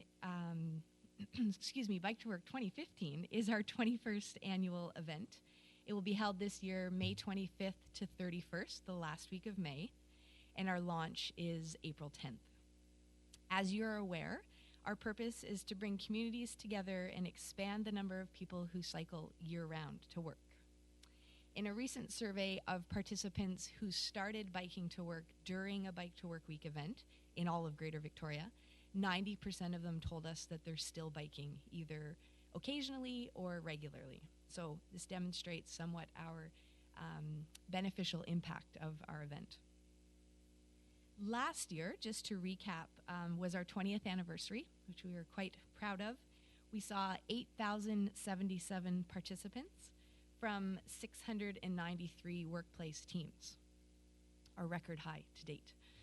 5% of team captains who, in a survey, told us that they start their commute in the city of Colwood, and 109 team members last year identified that they live or work in Colwood. So some of these teams include the city of Colwood, Fort Rod Hill, Juan de Fuca Library, West Shore Health Unit, and quite a few from Royal Roads University.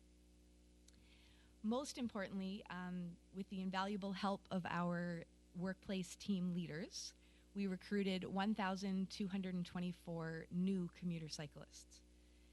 This brings our total number of cyclists who've tried commuting to work during the event to 12,500 since our inception in 1995. This year we're planning 18 celebration stations, which we set up on popular bike commuting routes each morning and afternoon of the week. We've scheduled one of these stations with free food, free beverage, prize draws, and bike maintenance. to take place in Colwood, as we have, I believe, for about 9 years. This year, again, we'll be locating ourselves at the Aldine entrance to the Galloping Goose. That's where we were last year also.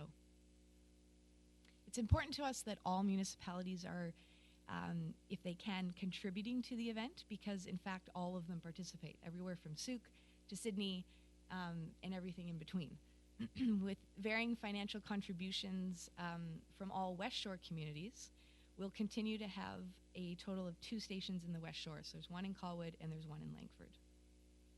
To ensure cyclists are prepared and know the best practices to arrive to work safely, we also deliver bike skills courses. So last year, with help from the CRD, we offered 3 courses in Colwood at the Juan de Fuca Rec Center.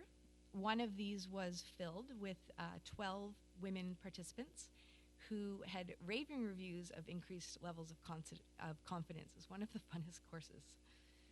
In conclusion, I ask that you continue to support Greater Victoria Bike to Work Week by approving a $1,500 grant to be used for this year's event. That covers about 0.4% of our budget. Funds will be used to help offset the costs of planning this celebration station logistics for Colwood, training volunteers, and promoting the week throughout Colwood. I think this ties in quite well to your commitment to segregated bike lanes, which I highly commend you for, and I hope other municipalities follow suit. We are aware of the huge demand and your limited funds, and very much appreciate your support and your consideration. We hope we can continue to work together to expand the number of cyclists, enhance the quality of life for Colwood residents. I'd be pleased to answer any questions. Thank you. Thank you. Any questions from committee? Thank you very much. Thank you. Our next presenter is the Greater Victoria Green Team, Andrea Evans. It's Amanda Evans. But thank you so much. I apologize. Okay.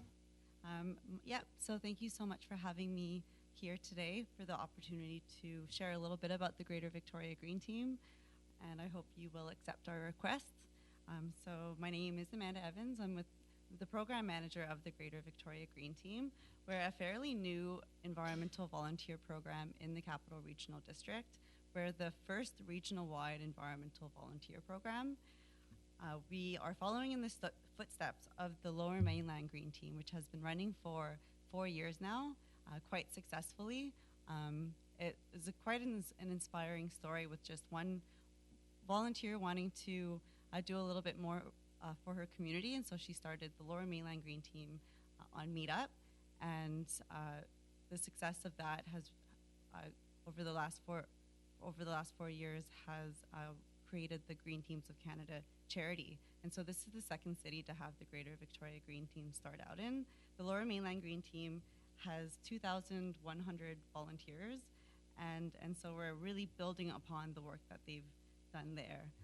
Since we started up in August 2014, and since then we have had 35 work parties throughout the CRD, working with 8 municipalities so far, including Colwood. We have engaged 450 volunteers. Our volunteer base is up to 400 volunteers on our Meetup site, and we have engaged 120 youth as well. So we're really focusing on connecting volunteers to existing projects throughout the region, and so working with stewardship groups like the Habitat Acquisition Trust, and working to infuse volunteers into existing projects, but also working to go into parks that haven't had any stewardship work done in them. And so that's what one thing we're really excited to participate with Colwood, building the capacity of park staff and working in new parks that haven't had stewardship activities. So there are a lot of stewardship groups out there engaging in similar work, but what makes us unique is that we're the first stewardship group without borders, and so we expand across the CRD. We have low barrier of entry, and so it's quite easy for volunteers to join our program. We are trying to make it accessible and encouraging people to participate in our program. And so there's no application process.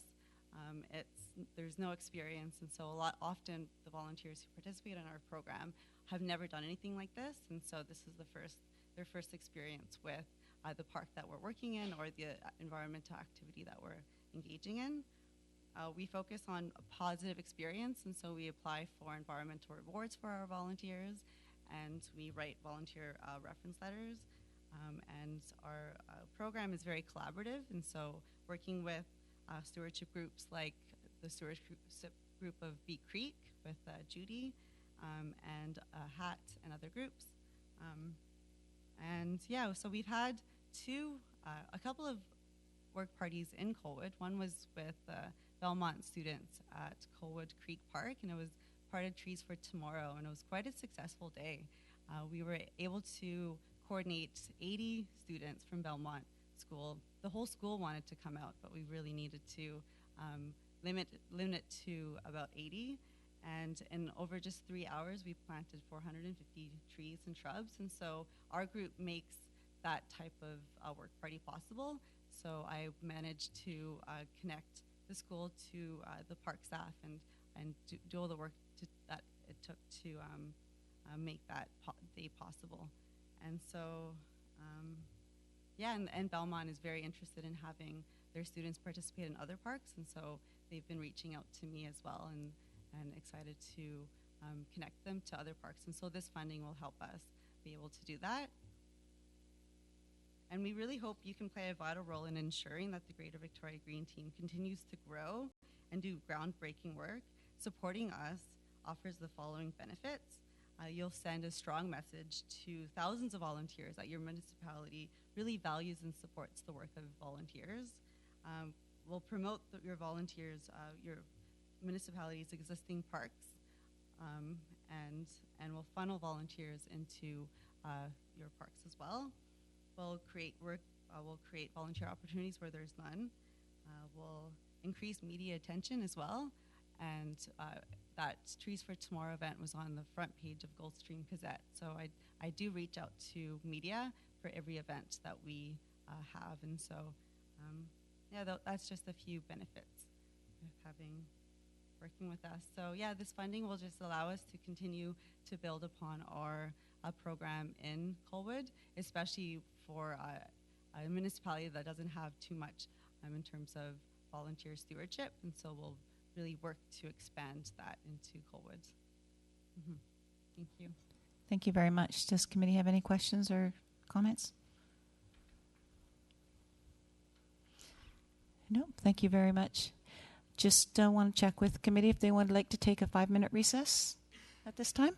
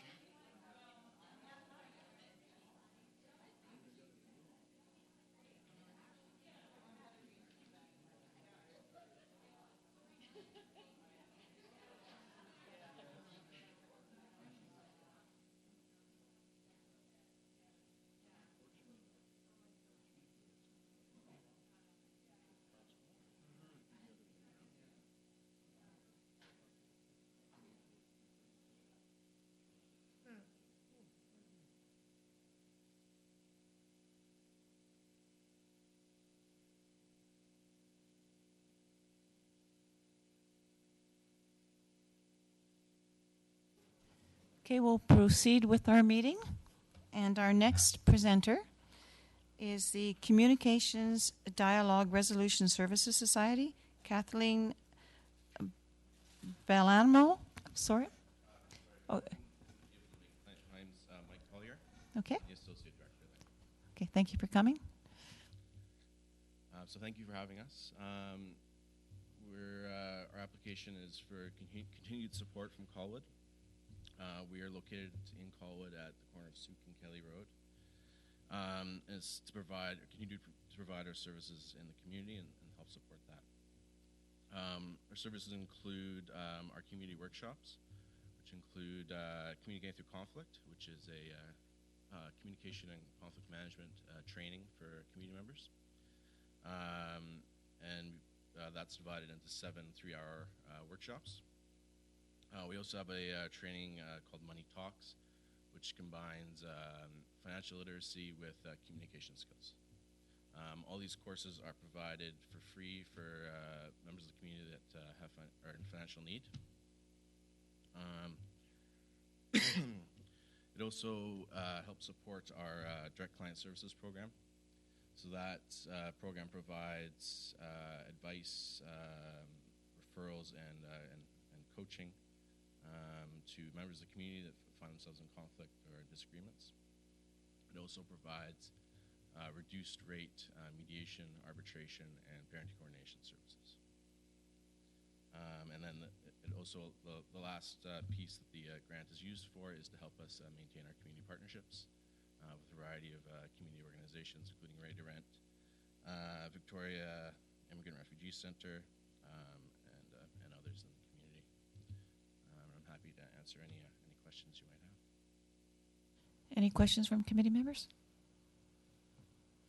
Councillor Day? Thanks. Can you tell me approximately how many Colwood residents you saw in the past year? I don't have the exact numbers with me, but one of our classes, workshops, is run in Colwood exclusively, so not all the participants are from Colwood, but many of them are. I think last year we had about 600 people go through that, or not, we had 600 seats available that were filled of the 1,000 available seats. So probably about 200 of those were in Colwood. I don't know the number that were Colwood residents. Any further questions? There being none, thank you very much. Our next presenter is for the Greater Victoria Volunteer Society, Lisa Putland.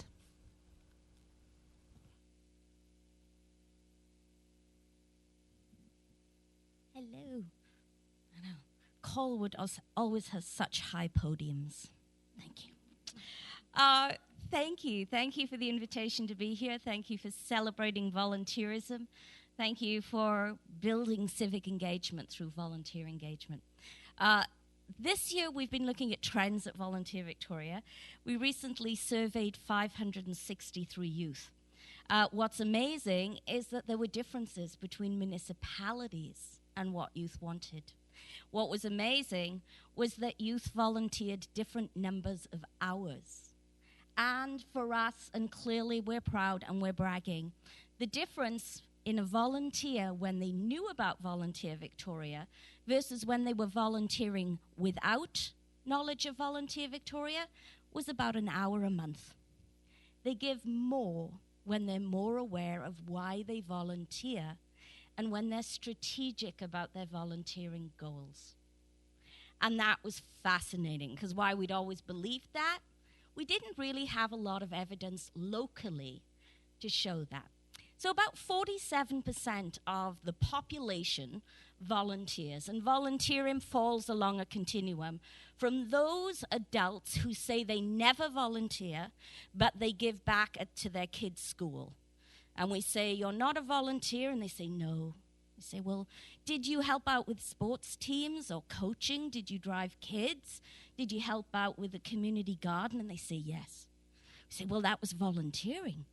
And they're always a little stunned that they did it. Then we have those engaged, active volunteers who know what they're doing. And the truth is, for many volunteers, they can self-select. They know what they want to do and they know where they're going to go. Interestingly, in 2014, VolWeb, which is the platform provincially that volunteer centres use to recruit and house volunteer positions, well, that failed. And now we have had to rebuild the volunteer platform that houses all of the volunteer positions. So we've brought those services back in-house, and all of the volunteer positions that are listed locally are now managed back by Volunteer Victoria. We'd always managed the how-to post, but we'd never managed the technical side of it for about a decade. We're now doing that again. But what we know is that youth are actually the most active volunteers. About 54% of youth actually volunteer. So while seniors give more hours, youth are more engaged. The second scary statistic is that the definition of youth is anyone between the ages of 15 and 29. So I know many of us just snuck out of that youth category. But what we know in Colwood and in the West Shore is that young families looking for family volunteering opportunities, people that are settling and looking for new places to belong, people that are looking to break isolation, turn to volunteerism. And for those that don't know where they want to go, that don't know how to go from doing something to being more strategic about how they build community, about how they build skills and knowledge, about how they make connections, about how they build pre-employment and re-employment skills, that's where volunteerism really works for communities. And so I thank you for being not only advocates for volunteering, but for being volunteers yourself and for championing it in this municipality. Thank you. Thank you very much. Any comments from council or questions? There being none, thank you. Our next presenter is the Royal Canadian Legion.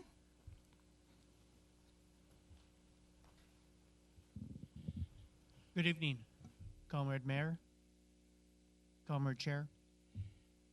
I'm sorry, that's the title that we use for our fellow comrades. My name is Norm Scott. I'm the president of the Royal Canadian Legion Prince Edward Branch number 91. We are stationed in Langford, but we do service the West Shore community of the West Shore. I am here also with my second vice, Richard Walker. Sorry about that. I forgot his last name. I do that all the time. So I'm here actually to speak in regards to what you helped us out with last year, and that is Remembrance Day. Remembrance Day is a key focus of the Legion. It is why the Legion is here today and why the Legion is going to be here in 20, 30, 40 years. The Remembrance Day ceremony is a big part of what we do. It takes a lot of fundraising. It takes a lot of volunteers. It takes a lot of getting together and making things work. We hope to, at some point in the future, have a Remembrance Day in Langford, have a Remembrance Day in Colwood. We do know that there is a cenotaph in Colwood. We'd like to, and I've spoke to the mayor in regards to this, we'd like to get that cenotaph reactivated, and hopefully, at some point, having that cenotaph moved where it can be used in a fashion that people can celebrate Remembrance Day on November 11th. Currently, the cenotaph at the Wanufuka Rec Center is not being used to the full potential as it should be being used to celebrate Remembrance Day of veterans of today and veterans of yesterday. So we look forward to your support and hope that we can get the same support that we had last year to help us celebrate November 11th at 11 o'clock at our cenotaph. And I thank you for allowing me to come tonight and give you that voice. Thank you very much. Thank you very much. Any questions or comments from committee members? There being none. Thank you. Our next presenter is the Society for Arts on South Island, Coast Collective Art Center. Cindy Moyer. Good evening.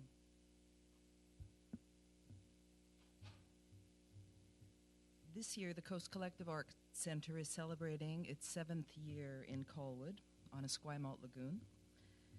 In 2014, we welcomed almost 14,000 people to celebrate the region's growing art scene, participate in workshops and classes, and to enjoy community events for people of all ages. Our community nonprofit also supplies original art to businesses, government offices, and community facilities like Colwood City Hall, the Wanda Fuca Recreation Center, Royal Jubilee and Victoria General Hospitals, where local art helps to create a more beautiful sense of place in two of our region's critical care facilities. Over the past year, we have accomplished a great deal, starting with the implementation of a new organizational structure to transition the operation of the Coast Collective to the Society for Arts on the South Island, a process which began in July 2013.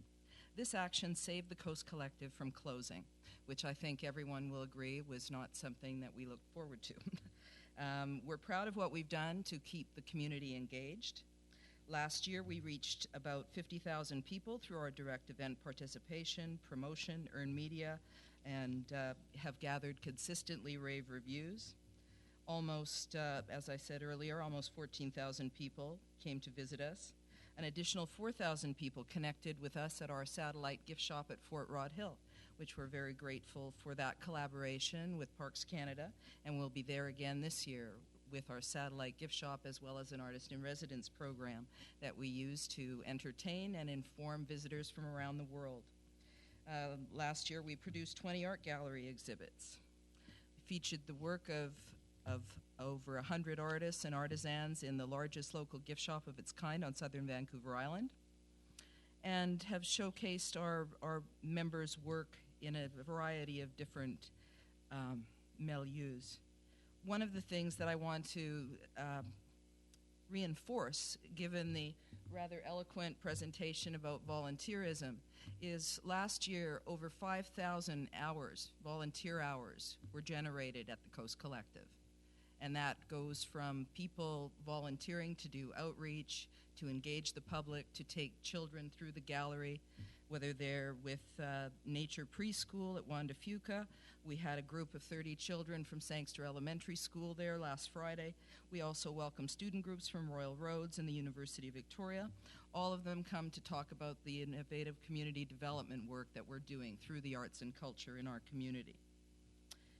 One of the key pieces that is important to remember as Colwood considers its economic development future is that for the last 7 years, we have been generating in the neighborhood of about $250,000 a year in arts-based enterprise. This wouldn't be happening anywhere on the West Shore if it wasn't for the Coast Collective. And that doesn't count any of the multipliers. If you consider that there are allied organizations, bakeries, restaurants, B&Bs, other local attractions, which also benefit from those 14,000 people that come to visit us.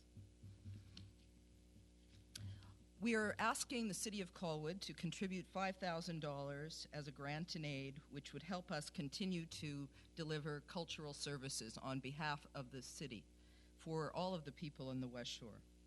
It would help to keep our arts programming for children and young adults affordable, offset operational costs of a not-for-profit art gallery, gift shop, and classrooms, which provide cultural services to a growing community, increase opportunities for live music through our Pendray House Concert Series, which will have another event coming up in May, and continue the work of the Bee Creek Restoration Group, which celebrated 10 years of community work last year.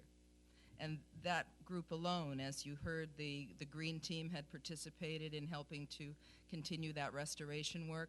And it's quite remarkable. If you haven't had the opportunity to see the work that's been done over the last number of years, it's certainly worthwhile. All in all, the Coast Collective is a fabulous asset. It brings great pride, I think, to the city of Colwood. It is certainly a beacon for art and culture throughout the South Island. And I hope that Colwood will see fit to support us in our first grant application to the municipality. Any questions? Councillor Knoll?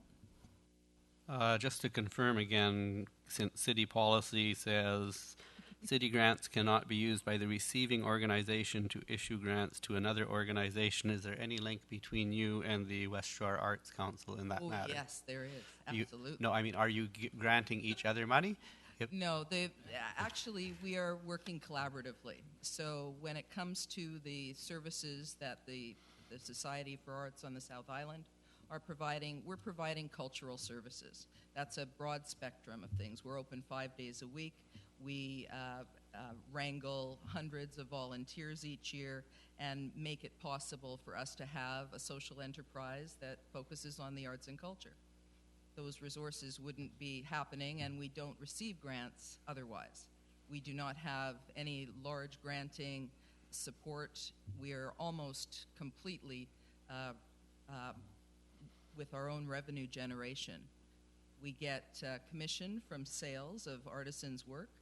We sell workshops and earn most of our revenue. So the ask that we're making of the city is to help us keep our doors open, because the cost of being in a 1927 mansion with absolutely no energy efficiencies other than the DIYs we managed to do on our own, that's really what we're hoping for. Because if you were to look at our bottom line, and you do have our budget documents, you can see that a $30,000 approximate staffing cost means that most of our management staff make in the order of 25 cents an hour. Thank you. Any other questions or comments? There being none, I see you're up for the next. You might as well carry on. All right. Certainly, first of all, thank you to the City of Colwood for their generous support of the West Shore Arts Council last year. There has been a tremendous amount of growth on the West Shore, as you all know. A number of highlights from our last year is certainly the West Shore Arts Task Force has been continuing to work in harmony with the City of Colwood on the quest for an arts center. We have continued our work on the Emily Carr project, which highlights the fact that this internationally celebrated artist had many local connections, and it's a very popular map for tourists coming from all over the world and arriving on Vancouver Island to discover where she painted. Many of her locations are in Colwood. We participate in and support community events, including the Student Art Show at Royal Roads, which will not be happening at Royal Roads this year, although the application did indicate so. This was a choice on behalf of the teachers at Belmont and Dunsmuir, as well as West Shore Centre for Learning and Training. They would like to see a longer show rather than 2 days that get set up on the quarter deck to synergize with the paint-in. They wanted a longer show. So what we have recommended to them is to put the show on at the Coast Collective, where they can have it up for 5 days instead of 2. And that would be the only deviation. Last year, the Arts Council, working collaboratively with the Coast Collective, did initiate a first children's art show, which was a fabulous success. There were over 200 works of children's art from throughout the region, with a large contingent from Colwood schools. We'll be doing that again this year, and that will be at the beginning of May, followed immediately by the student art show with the Belmont students, Dunsmuir, and other schools. Last year we had 2 outdoor events. This year we are not looking at having those same events because of the likelihood of there being development on the site at the Coast Collective. But last year, what took place, in lieu of an Aboriginal art show, we came back to the City of Colwood and asked if it would be possible and appropriate to redirect the funds to cover music performed at the summer events, which we thank you for your flexibility in that regard. Something that was very successful for us last year but didn't have the matching funds it needed to succeed was the JAM 679 Cultural Project, which we had a letter of support from the bylaw department here with the City of Colwood, as well as from Scott Rothermel, who is the RCMP liaison with the Belmont High School. And that's a program that we're asking for the city's support this year, which is to have it's a music-based mentorship program, which is intended for at-risk youth that wouldn't otherwise be able to afford access to music lessons and that sort of thing. It's being championed by someone who has worked with incarcerated youth and has seen the capacity of the arts to transform their lives. And of course, in addition, we are the voice of the arts for the West Shore and work with our provincial counterparts and other municipalities to help facilitate arts, culture, and community celebrations. We were involved, and we will be again this year, with the Rotary Club in their event that's taking place at Fort Rod Hill, the Art and Wine Festival. We worked in harmony with the City of Langford last year on the BC Day event. And as alluded to earlier by the representatives from the West Shore Chamber, there is a fabulous new event coming to Fort Rod Hill this year that will be taking place on the BC Long Weekend, and I would anticipate that the Arts Council will collaborate along with them in that as well. So circle the dates for the Big Rib Fest. So to recap the ask from the West Shore Arts Council, we are looking for $1,000 toward our general community and outreach events. We have a part-time staff member who helps to connect the arts and the community through the media, through social media, and through a variety of other networking opportunities. We have the Student Art Show again. This largely what we're looking at with respect to these funds are prize money for the students, which was something that was granted last year and would also go toward the costs of a reception for the opening of that. We've also asked for $1,500 toward the JAM 679 Youth at Risk Mentorship Program. We were very fortunate in our second application to Coast Capital that they requested that we submit an application for $25,000 for that. We have not heard yet, but if that is available to us, then we're hoping that we will have the matching funds that we need. And then something new that we hope the City of Colwood will be interested in, we would like very much to be able to offer to graduating Colwood High School students $500 bursaries to support their continuing work in the arts. And I think that's it. Thank you very much. Any questions or concerns from committee? No? Thank you. Our next presenter is for the Colwood Garden Society, Lisa Van Bruin. Hope I said that right.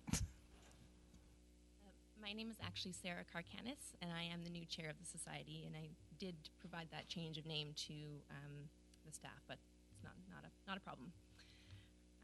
So as I've mentioned, my name is Sarah Karkanis, and I am the chair of the Colwood Garden Society.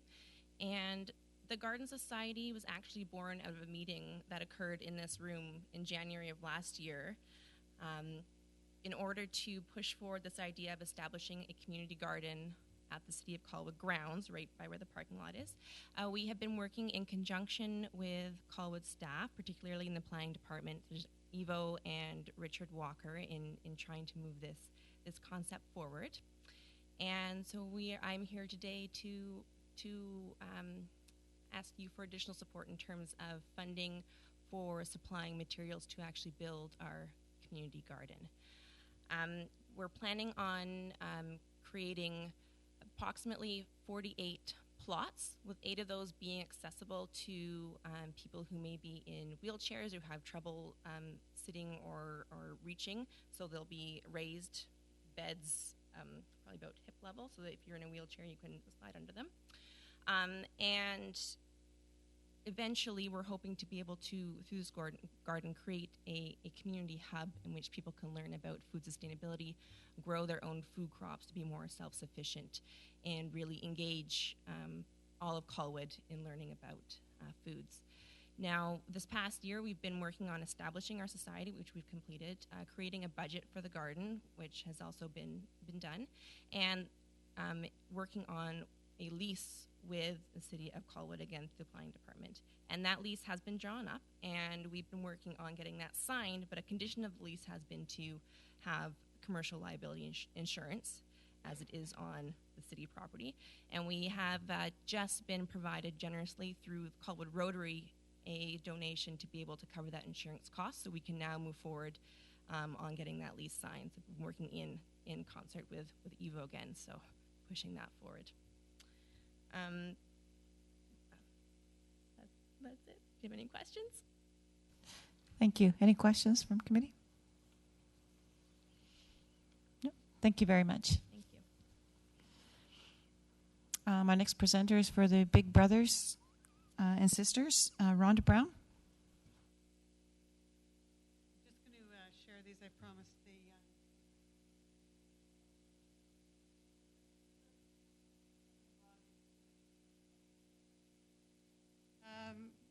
Thank you for having me here this evening to present. We have appreciated in the past, of course, the support of Colwood in one of our longest-standing programs, community mentoring.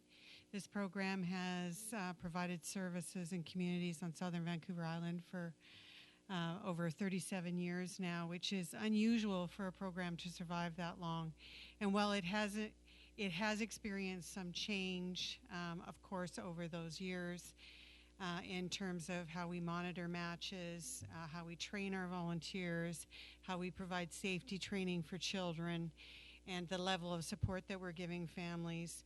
It has a 37-year history of success and of sparking relationships that endure, of matching good, caring citizens in a community with its most vulnerable children, with the hopes that we are really sparking a relationship that can last a lifetime. We're providing children with a trusted adult that they can go to in a time of crisis, a friend that they can meet with on a weekly basis, a mentor who provides them with life lessons and new experiences. We are currently serving 30 children in Colwood who are in a match relationship. In the community mentoring program, we have 12 children who are currently waiting also for a match. What you need to understand about Big Brothers Big Sisters is that when a match is healthy and well, they leave us. And they just form a relationship that belongs to them and endures, and they just become part of each other's lives. So at a time when we'd love to maintain contact with our matches, they are leaving us. And it's hard to guesstimate how many of those amazing matches started and are rooted in Colwood and continue and have children becoming adults, and as adults are still involved with their big brother or big sister. It's really quite an incredible program. In Colwood in particular, we are also looking to expand our mentoring services beyond the community mentoring program. There has been a demand for service. We are seeing an increase in complexity in the families that we're working with, and recognize that the best way to serve those families is probably through a site-based program. So we're in conversation. We have been running a program in Belmont where we're working with teens and matching them with children in elementary schools. We are in conversation around the 2 new high schools and having programs rooted in those schools. So we're excited about that possibility. We've also developed a new program in collaboration with early entrepreneurs and built a curriculum for schools that teachers are accessing called Invest in Me, and it provides lessons for school children on role modeling and what is a good role model. And as we move through the grades, children are learning the language of mentoring and how to choose mentors in their lives and the benefit of having a mentor in their lives. So we see a growing need in this community for our services. What I love about Big Brothers Big Sisters is we're not trying to be everything to everyone. We everything we do, we measure against mentoring and our impact with the community volunteers and our ability to reach children and families through Caring Citizens. So thank you again for your support last year, and I'm hoping that you'll be able to provide some support this year as well. Thank you very much. Any questions or comments from committee? Madam Mayor? Rhonda, you spoke about kids in Colwood and some of the school programs and whatever, but in your book here, just in flipping through quite quickly, partner schools, no partner schools relatively within the West Shore? No, we're looking at, as the new high school is developing, we're looking at Colwood Elementary, where we're seeing a number of families come forward for the community mentoring program. So what we have done is mapped the children who are waiting.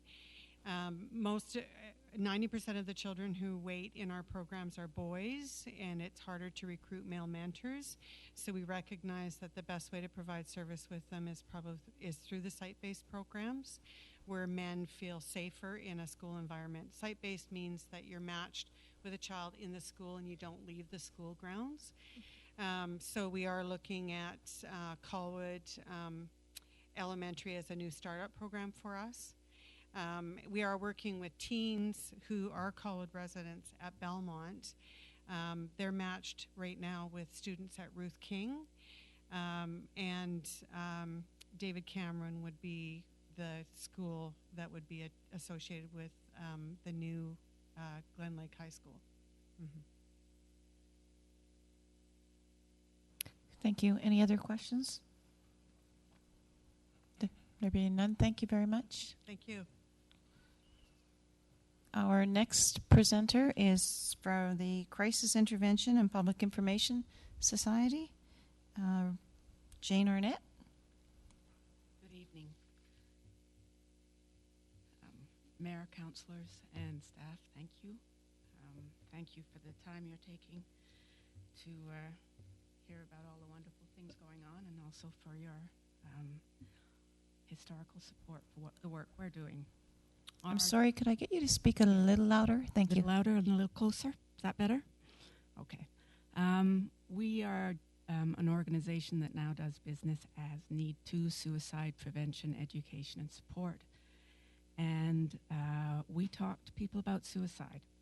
It's not an easy topic, and it's not a topic that people really feel comfortable with.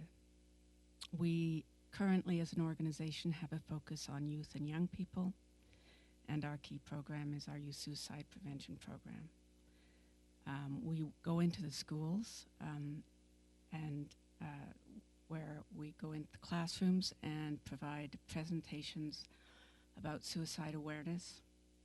We talk to the youth in upper middle and lower high school grades about both suicide and mental wellness, mental health,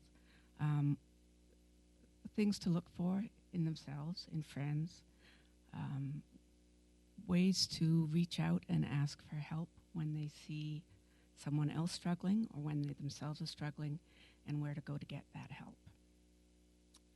We have in the 2013-14 school year across the CRD, we talked to over 3,200 students. We try and partner with schools so that we go in and do an entire grade cohort, and because it's an important message, and we want everybody to have the opportunity to participate in it in their school lifetime. We are also in the coming year looking at developing a curriculum. It's in process at the minute where we can take some of that messaging into the lower middle schools, and we're doing that in response to requests that we're getting, because increasingly we are hearing about kids in grade 5, 6, and 7 who are talking about some significant struggles that they are having.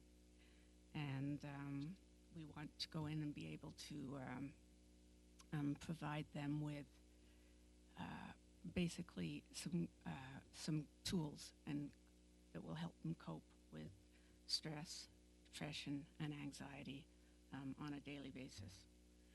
The other work we do with youth around mental health and suicide is online.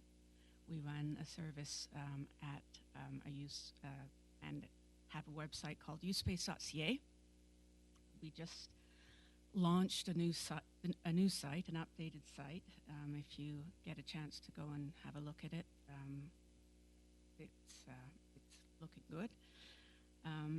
And that evolved from a time when we ran the crisis line and we opened a phone service for youth. But we quickly realized that the way young people communicate today and where they're spending most of their time is online, and felt that it was important to have a positive and supportive presence there.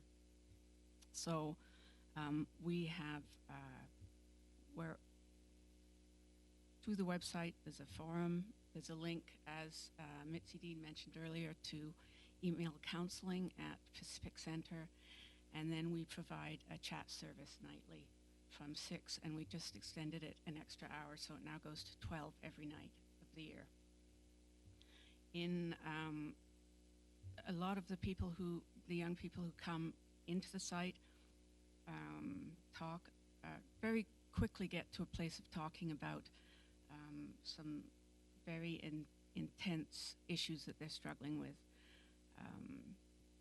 About close to 30% of the calls that people are talking about suicide or self-harm.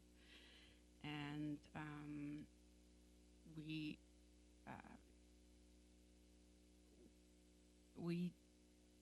I think in the last year, responded to about 2,690 chats over the course of the year with young people. The volunteers who answer the chats and the volunteers who go into the classrooms to present receive a lot of training and support from us, and that's the main focus of the staff time of the organization. In terms of activity in Colwood, we were in both Dunsmuir, West Shore Learning Center, and Spencer Middle School in the past year, talking to about 193 students, grades 8 and 9 primarily. This year we have either planned or completed 6 presentations at Dunsmuir, 7 at Spencer, and 2 at West Shore. We remain active in the school district 62 area as well. And we just really feel that that kind of support. It's amazing what kids come in to chat about and the conversations that we have with them. One of the comments from one of the youth that came in said, "I've just put your number on my phone and I labeled it hope." We receive chats through, people can text in, and a year and a bit ago we were able to introduce texting, and now we get over 50% of the chats we do are actually doing by texting, because that's the main media that kids really want to use. And your support is very important. We get support from every single municipality in the CRD. We're able to leverage that with other funders to help support the work we do. So thank you again, and if you have any questions, I'm more than glad to answer them. Thank you very much. Any questions from committee members? There being none, thank you. Our next presenter is the Fort Rod Hill and Fiskard Lighthouse, Lara Kohlmeyer.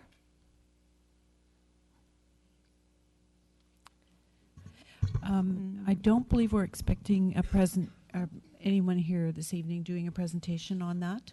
Okay. You do have some basic notes here, and I believe that Council has awarded grants previously to the group. Okay, thank you. Then the Rotary Club, Bonnie Kelleher.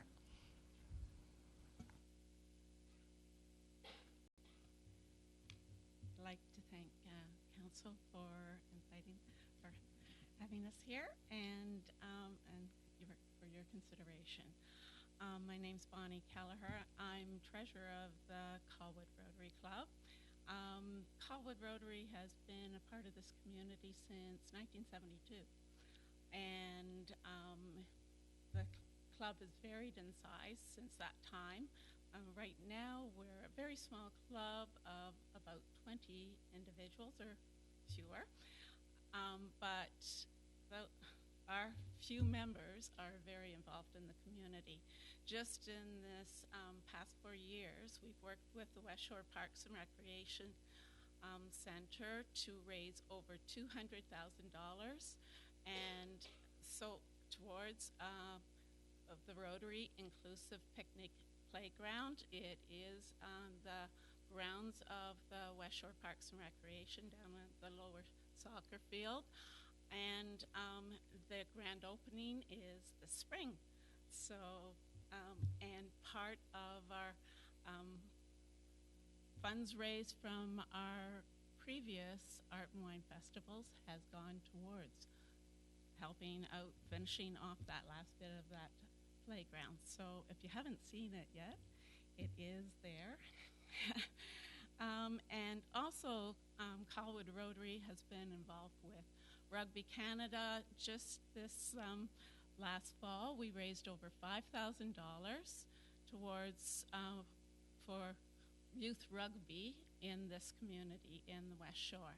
And a lot of the Colwood schools now have rugby kits for the classes, as well as there is an event that happens in April that brings all of the West Shore schools, any of the classes together to play for a rugby day, to learn about rugby. So Colwood Rotary has been the sole supporter of that. And then also we have provided scholarships to Belmont School and to West Shore Center for Learning and Training every year. And so Colwood Rotary has been quite involved in the community. And to raise a lot of these funds, we have various events. And so this year we are holding our 4th annual Art and Wine Festival. 2 years ago in 2013, I'd like to thank Colwood, the city of Colwood, for a donation of $1,000 towards our event at that time. I wasn't quick enough to get in the grant proposal last year, so I didn't. I'm back again. We're back again. So with this Art and Wine Festival, I'll just show you. This was from last year. Our Art and Wine Festival is focused upon local. So it is Vancouver Island artists, Vancouver Island wines, Vancouver Island musicians, and food. We try to get within the West Shore, but also we do get artists from all over the island. But so it is local, and we hold it on Fort Rod Hill at that, and we have the support of Fort Rod Hill, the West Shore Parks and Recreation, West Shore Arts Council, and Coast Collective. So they're all involved in helping us put this event together. And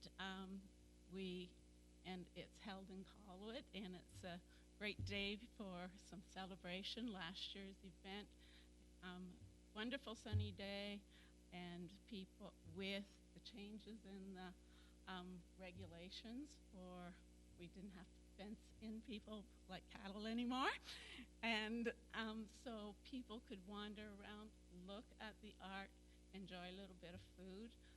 We saw families there sitting under the trees in the shade, enjoying. So it is a great family event as well. And a lot of people commented about they didn't even know Fort Rod Hill was there. So again, this year we're looking for some support towards it. It is a fundraising event. And so, but of course there's always costs for tents and tables and those kinds of things. And we're hoping that the City of Colwood would help be one of our sponsors or supporters for the event. Thank you. Thank you very much. Any comments from committee members? Questions? There being none, thank you very much. I believe that's our last presentation for the evening. Yes. What was committee's desire to do at this time? Councillor Day? Thanks. I have a few thoughts on some of the requests that we've had for grants this evening. And I'd like to maybe put forward a few of those and see if that fits with what other members around the table are thinking. I note that we have a few grants that have been requested where they actually may save the city money. So I'll speak to those ones first. Habitat Acquisition Trust, for example, the program that they've asked to do in Havenwood Park for $2,750 is controlling invasive species where the wind blowdown has caused there'd be a big mess, really and truly, despite the best efforts of wood scavengers directly after the windstorm and a number of other individuals who came and took some of the big materials away. So that $2,750 might actually offset costs that we would have for our parks crews going in and doing work, getting rid of broom and Daphne in the parks, for example. And so I would like to move that we support HAT for the full amount of the requested grant. And the Green Teams has also made a request, and I know they're new. They have done a phenomenal job of bringing the youth out and are very active. They did really a great job in planting in Colwood Creek Park. And so I was going to recommend that we support that group with $2,000, a grant in the amount of $2,000, because again they're bringing volunteers forward to work in city parks and helping to control invasive species in Colwood, and they will also be involved in the Havenwood Park events and have been before. So that's two that I could pull out right away. And the third one that I would like to pull out and say I'd like to support the garden in the amount of $2,000, which is not as much as they asked for. But I know that if they have something that maybe they can get others on board and get moving in a positive direction that way, would like them to see them get something. So those are my three that I pulled out as being things I think that are directly going to benefit our costs. Any comments from members of the committee? Councillor Null? Yes, I went through all of the requests and rated them by how much impact they have on Colwood, how much they are truly Colwood's responsibility versus the school board or CRD Health or the regional district. The three that Councillor Day suggested are very high on my Colwood list and very high on the ones I feel we should support. I agree that 2,000 for the green team and 2,000 for the garden is probably a good start, so I will be supporting that motion. Any further comments from committee?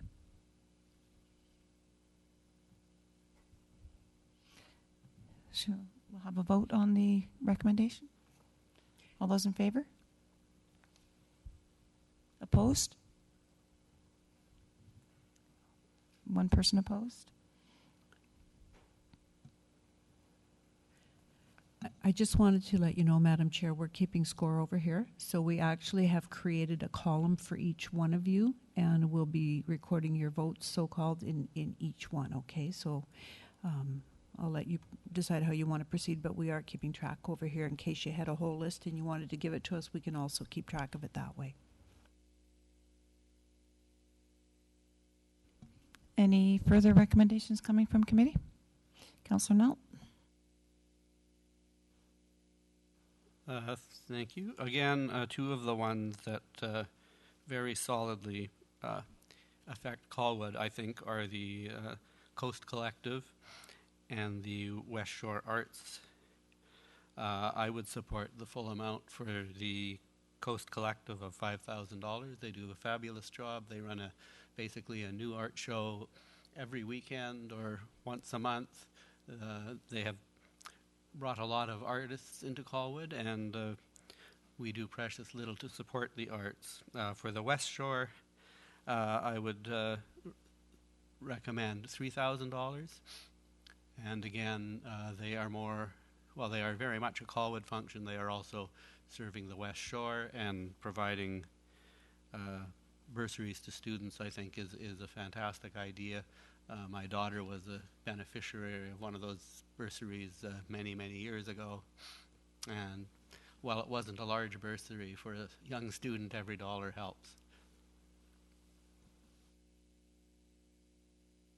Any comments from committee? Madam Mayor? I know we've supported West Shore Arts Council in the past, and I have no problem with the $3,000 suggested contribution there. Sassy, I'm just a bit concerned on your location and the longevity of it and whatever that happens there. So is this to be included as part of potential moving expenses if that needs to happen? The expectation is realistically, since we haven't seen a development permit and we have bird season and all sorts of other things, that the likelihood of us having to move in 2015 is very slim. If we're talking about moving expenses, that's not reflected in our budget for 2015, and it's not reflected, or was it contemplated?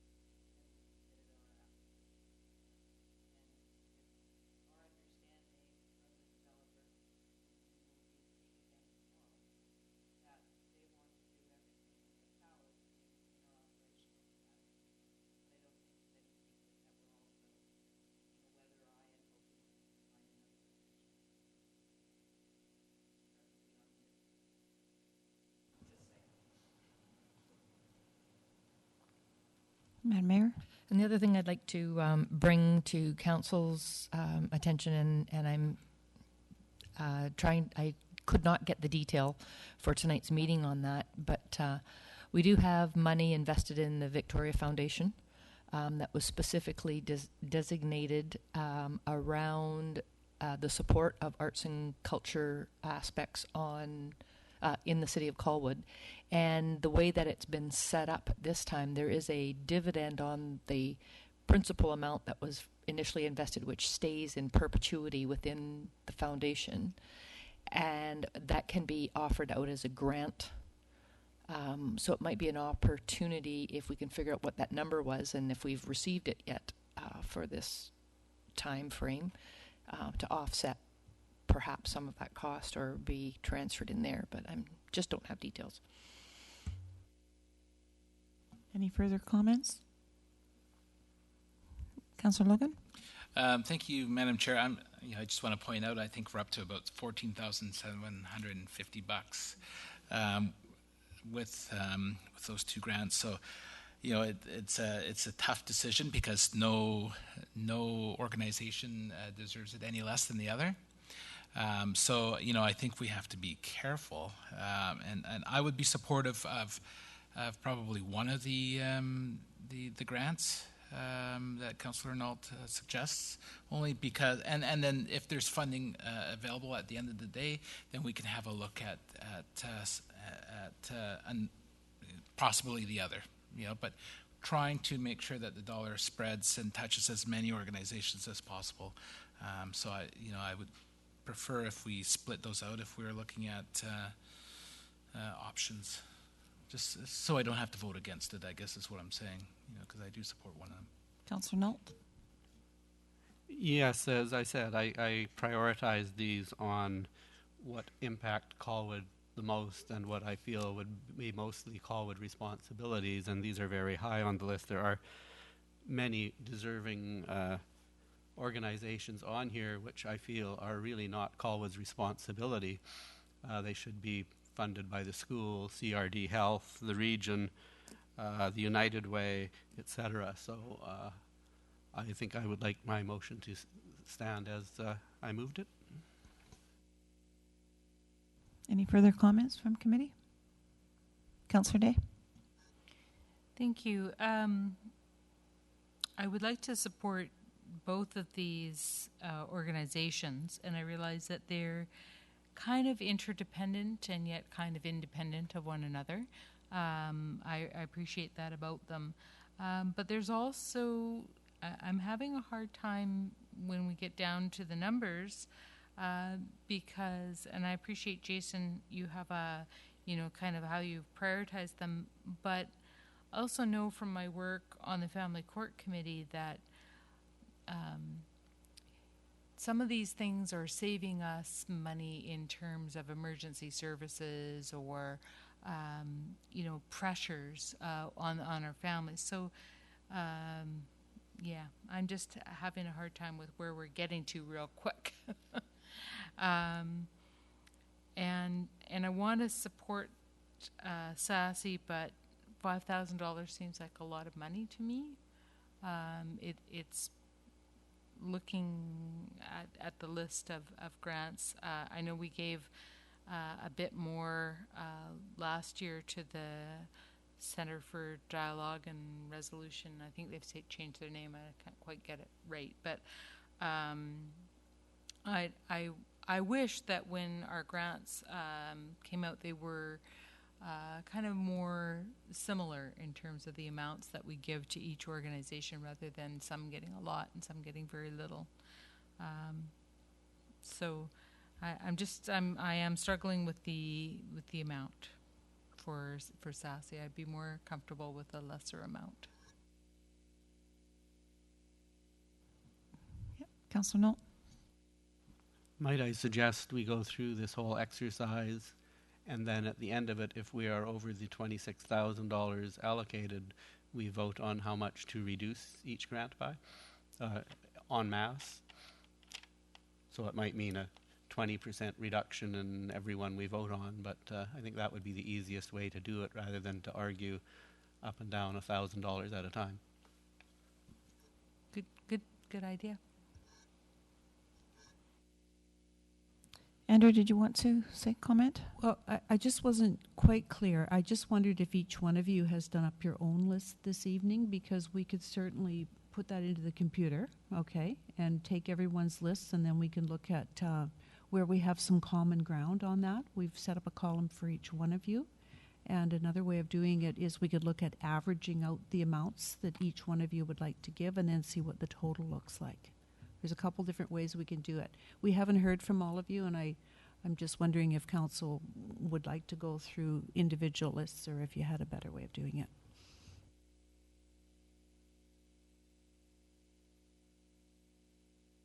Madam Mayor? May I suggest that maybe we start from the top of the list that we have, or at least I've got it listed here. Dare was the first presenter in that group, and we can, perhaps come up with a common number, acceptable number to go with, and to each of them along the way, and then do the math, and then we may have to revisit. It might be quicker than trying to tally up numbers and average and that kind of thing. That works for you, Andrea? Okay. At the end, come in close to our total, and then we'll Exactly. have to do some reducing or whatever. But Mhm. if we go one at a time, great idea. Yep.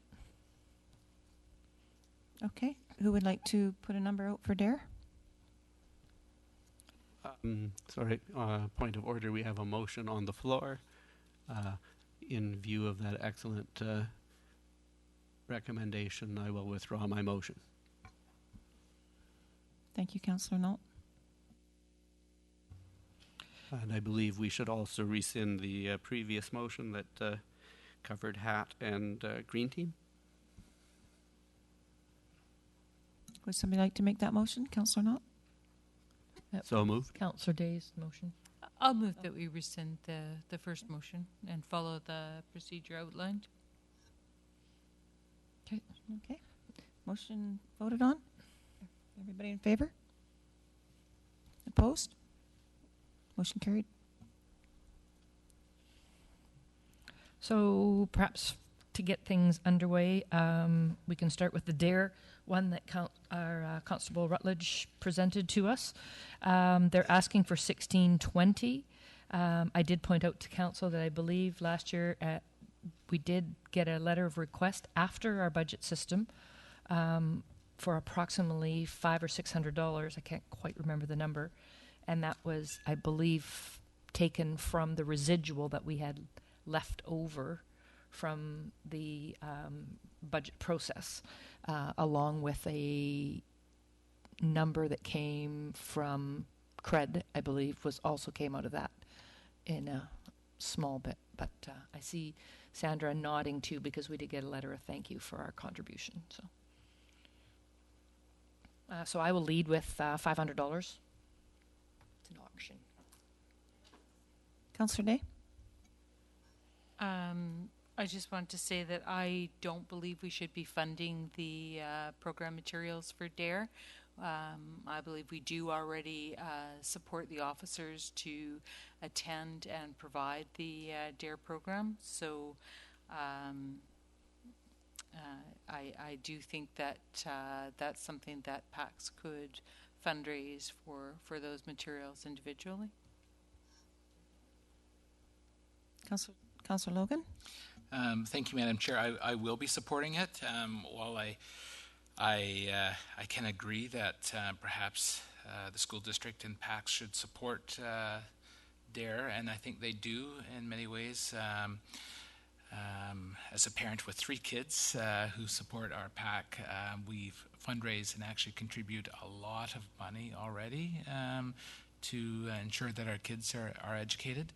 And so, $500 is a small amount that goes a heck of a long way. And I just want to point out, although I think Constable Rutledge said that 3 full-time members are dedicated to DARE, but I think that's just a portion of what their daily duties are. They're committed to the community policing section. They don't work on DARE full-time. I would like to say that I support the 500 for DARE as well. Unfortunately, my kids didn't have this opportunity as they're much older, but I was quite impressed with the presentation and what the program represents, so I'll be supporting the 500. Councillor Nault? Yes, I would agree with Councillor Day. This should not be a city responsibility. I think it's school, and we already pay the RCMP, so 0 for me. And I will be supporting the DARE program. I think it's really good, and I believe that the benefits do spread out throughout Colwood. So just a question how council would like to proceed. So we have 4 votes out of 6 in favor of $500. So would you like to go majority? Let's pencil that down into the column till we get down, Okay. to the bottom, and then we'll. Okay. may have to adjust, folks. Okay, my paper's running out of space, so you guys have to keep track. Point of order. I thought what was proposed was you would take each councillor's suggested amount and average it, not have a vote on each amount. Clarify what I had said or intended in my saying was that we start down this list of presenters and the amount that they had asked for by our point there, and then do a polling. And I just, because we adjusted our agenda sequence, I have them in a different sequence on here than it is on the electronic. No, I understand that, but I don't see that what you have proposed now is any different from what we were going through before with voting for or against each item. I would prefer to see each of us have a say and then average the numbers out. So if Councillor Logan wants to give $6,000 and I want to give $100, then it doesn't wind up either 6,000 or nothing. It would wind up as the average of those two.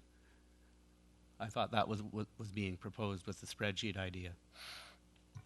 And that is council's decision, but we will make sure we keep track of it because the averaging might work quite well. Right now we've got $2,000 of vote for this item between 6 of you. So for instance, that would wind up at about $300 and some odd for that particular item, as an example.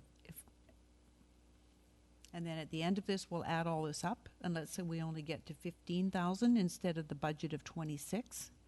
Then we can take, let me use an easier number. Let's say we wind up at only 13,000, I doubt it, and the budget's 26, and we double everything, right? But what we're talking about is an average for each item. So right now we've got 4 votes of $500, 2 votes of 0. So that gives us a $2,000 divided by 6 of you. That's the amount for that item. That's what I'm understanding Councillor Nault is suggesting.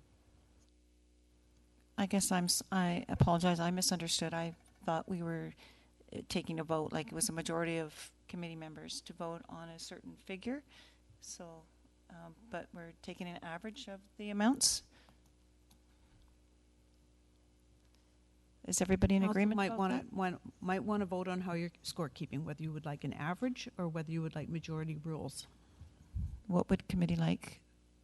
Majority rules or an average on the figure? I think it seems to be a little more clear when it's a figure we're dealing with. I think, if I may interject, I think what was suggested is that we use the averaging method to come up with a proposed list of amounts, and then we would go back, look at how that shook out, and vote on each one, and then majority would rule. That's what I thought was going on, but maybe I didn't understand.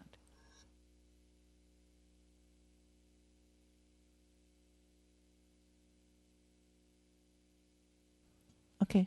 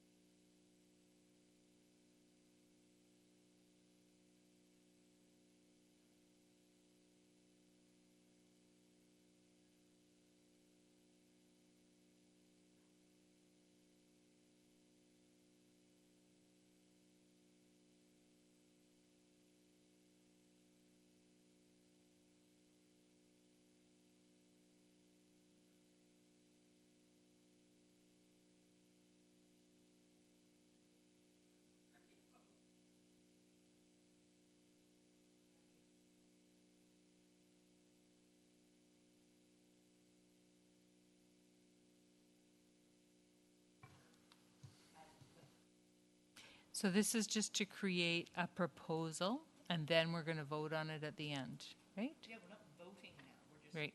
giving our yays and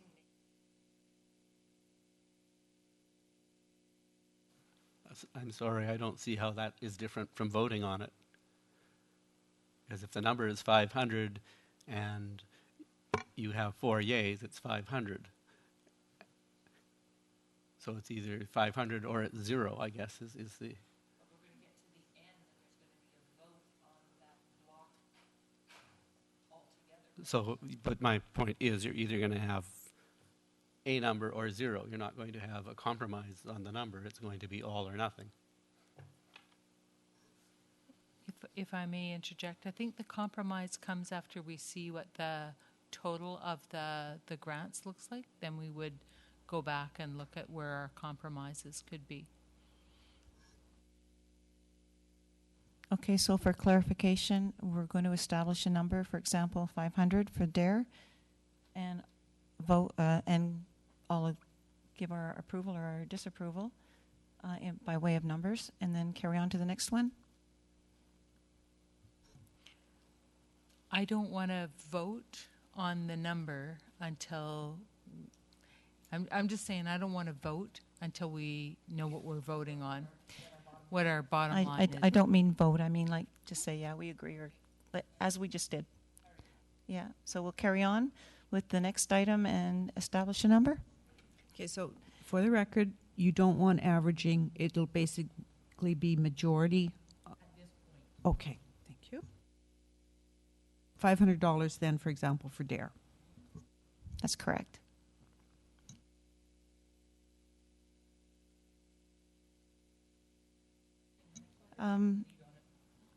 Would you like to lead on? I would like to deal with the bipolar one. I would like to propose that we put $1,000 in the slot there. I think that is a very good cause. Personally know people who have been bipolar, and I really think that there is a real need for some help out there, and I would support $1,000 for this.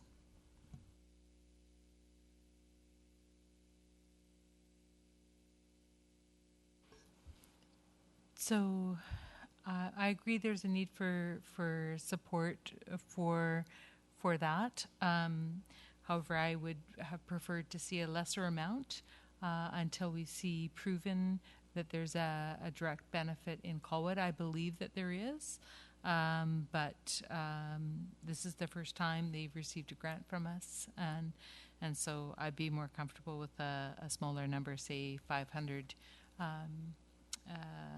to help them establish themselves.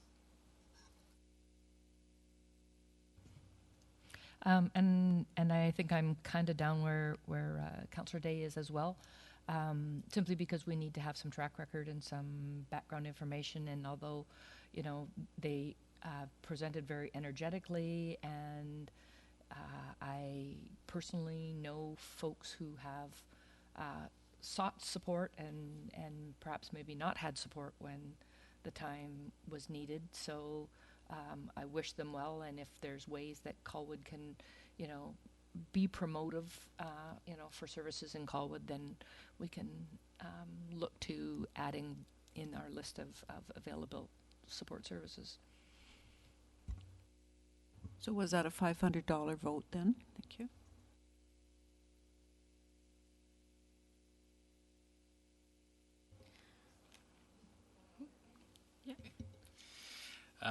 I would suggest that we support the Rotary Club's ask for... Oh, bipolar. Sorry, yeah, 500. 500 is good. Sorry. I thought we were looking at another list. But yeah, 500 is fine for bipolar.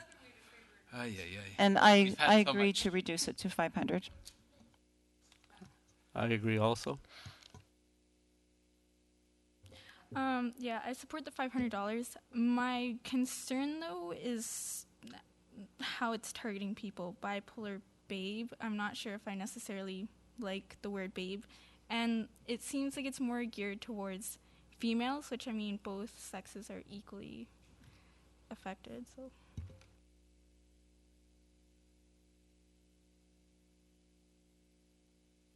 But the boys might like the babes, too.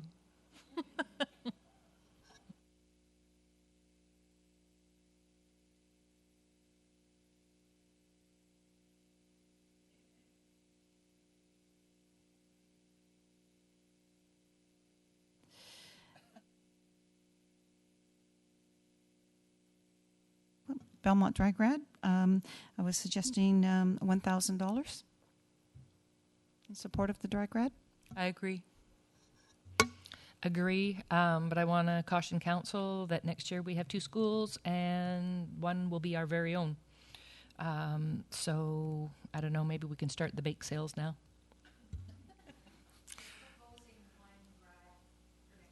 Really? Oh, okay. I know.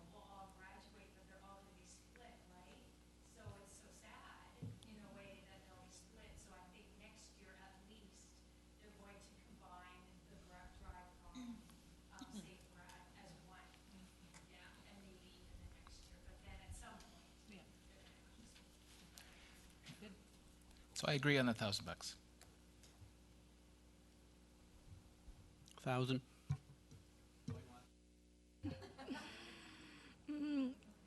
I would like to see more, but I will agree on 1,000 as well.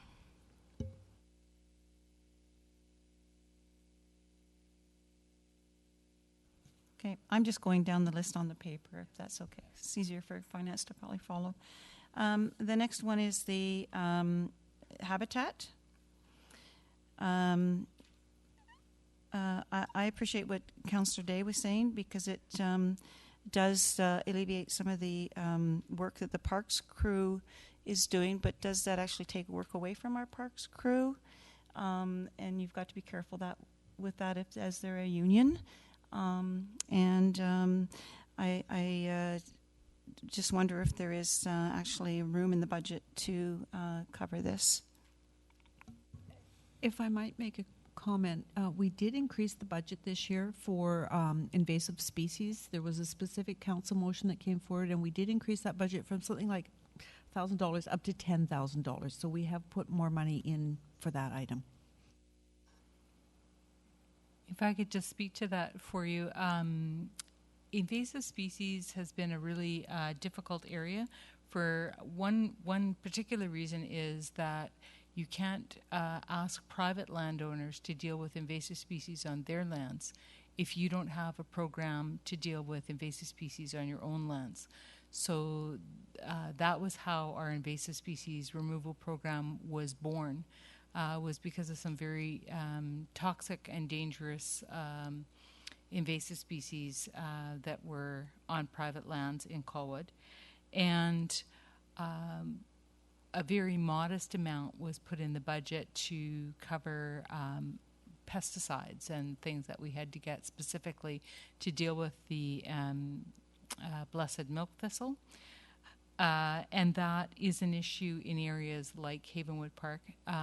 In regards to the union issue, there's so much invasive species to be removed that I don't think we're in any danger of putting our crews out of work. So what this allows us to do is target a park area to make it more beautiful, and at the same time, what's likely to be a more priority area for the work crews is going to be some of the roadside areas. So I think that it's mutually beneficial with very limited downside for the city crews or any union implications. Did you have a suggested number? I would like to see the whole 2,750 put into it because that's for all of the materials to do the work. We're still having volunteers come in. This is not to pay people. It's to get the mulch and the species. And our Director of Administration. I would just like to make a comment, and Councillor Day can probably correct me if I'm wrong, but I believe that Havenwood Park and what HAT is doing in there is a part of Havenwood Park, is part of HAT and the Land Conservancy actually being named covenantees on a covenant on the park, which is owned by Colwood and Langford, with their role being a lot of the management and care of the park itself. So there's actually legal documentation saying that part of their role is to help take care of that park. So I don't know that it would be in the same sense taking away from what our union members do and more of our park maintenance and care programs. Thank you for the clarification. I wasn't aware of that. I could just add that yes, there's a covenant, and yes, HAT is a signatory to the covenant, and they are charged with going in every year to do an inventory of the park to determine if it's substantially in the same condition today as it was when it was taken on by the city. And this project is addressing that corner of the park, which, not through any fault of our own, but is no longer in the same condition.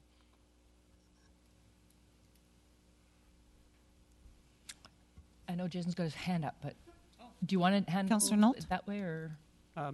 I would like to support the full amount. I'm also going to support the full amount we have in the budget for invasive species.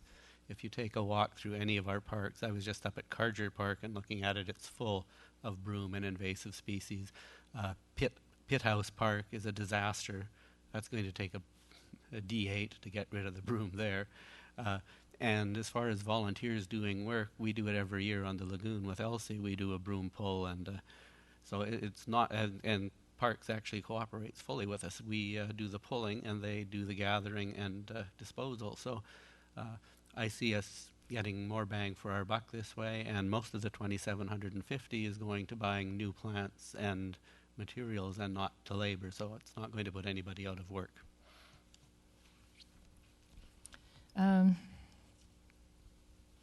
I know that they do a lot of good work around, and you know, this, by the looks of it, it's one of the first times they've come to council with a request, so they don't have a history in there. I just want to ensure that we're not double paying when we own parks and we're paying for people to look after parks, and we're in parks looking after parks and that sort of thing. It's $10,000. I just checked our budget on the invasive species. I'll go for the $2,750 on this one. Ouch. I'd just thinking out of the box, if we could even remove or reduce it to $2,250, thinking that we could make up the difference in through our parks budget or invasive species budget or in kind, where, you know, the public works crew could provide the topsoil and or bark mulch and remove some of the invasive species through that budget. And you know, planned in. Oh, is that right? Councillor Day? I just want to be careful that we don't rob Peter to pay Paul, and I appreciate where Councillor Logan's coming from, but I'm pretty sure that the Parks Department is already partnering with HAT, because we have to talk to each other about the covenant requirements every year in the park as well. So I just think it doesn't really matter which pocket you take it out of, and I'm pretty, I mean, the invasive species removal budget is a guess based on how much time our staff feel that they can give to that item. It's pretty much a bottomless pit, as I said, of need out there. Thank you, Councillor Day. Councillor Chong? I just have a question. If we approve for this to go through with the full amount, but with our invasive species budgets on park, if we don't use up all that money, can we reallocate it that way? Does that work? We could, but I'm always cautious about doing something like that. Like, once you set the budget, I would suggest that we don't start tinkering, because where does it end? We could be doing that for thousands of accounts. It honestly, I appreciate the suggestion, but it's just not worth it. Well, then my take on it is I want to support it, but not for the full amount. I agree with Gordy that it could go down to, was $2,050.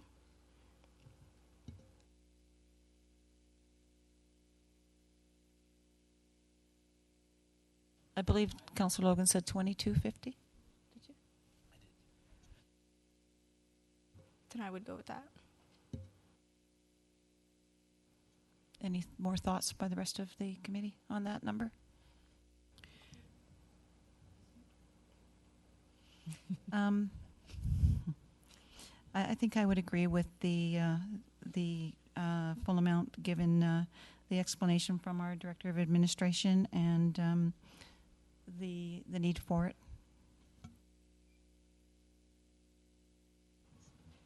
Okay, so we'll record that as a majority vote at 2750.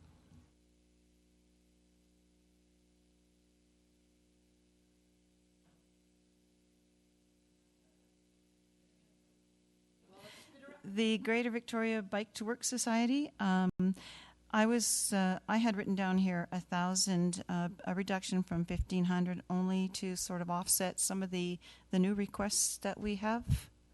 I don't know what kind of impact that is to the Bike to Work group, but that's just my thoughts. Okay, I'm going to jump in starting at the end here. I would like to support the full $1,500, and my reason is that last year they asked for more, and we settled on $1,500. And when we look at our hierarchy of the transportation that we're trying to promote in Colwood, cycling is the absolute top of the list, and this is the one thing that gets people going who might feel afraid to try or unsupported. So it's something that does have a direct impact in Colwood. It supports goals that we've already put out there, and it's a pretty inexpensive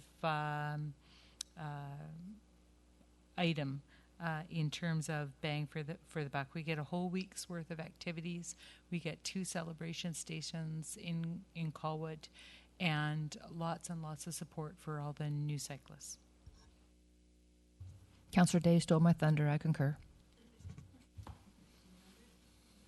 I'll concur. I'll go back up to 1,500 then.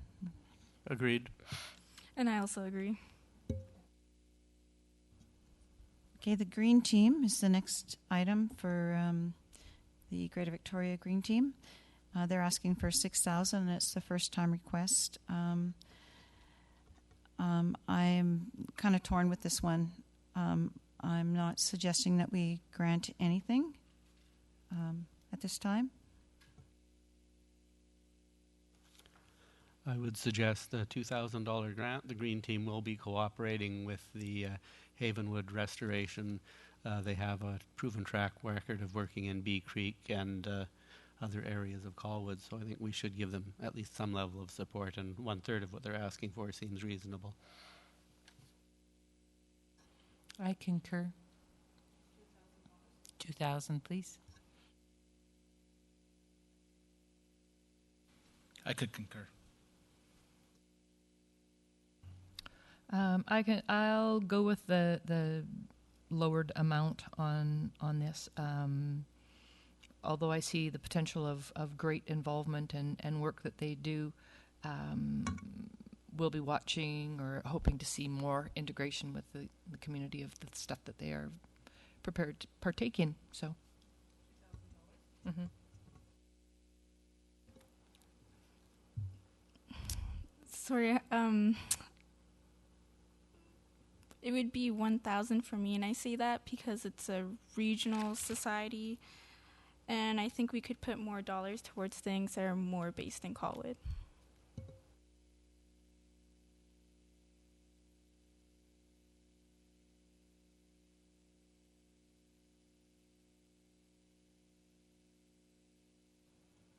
The next item is communication, dialogue, and resolution services, and they are asking for $5,500, and I believe they were awarded that much last year.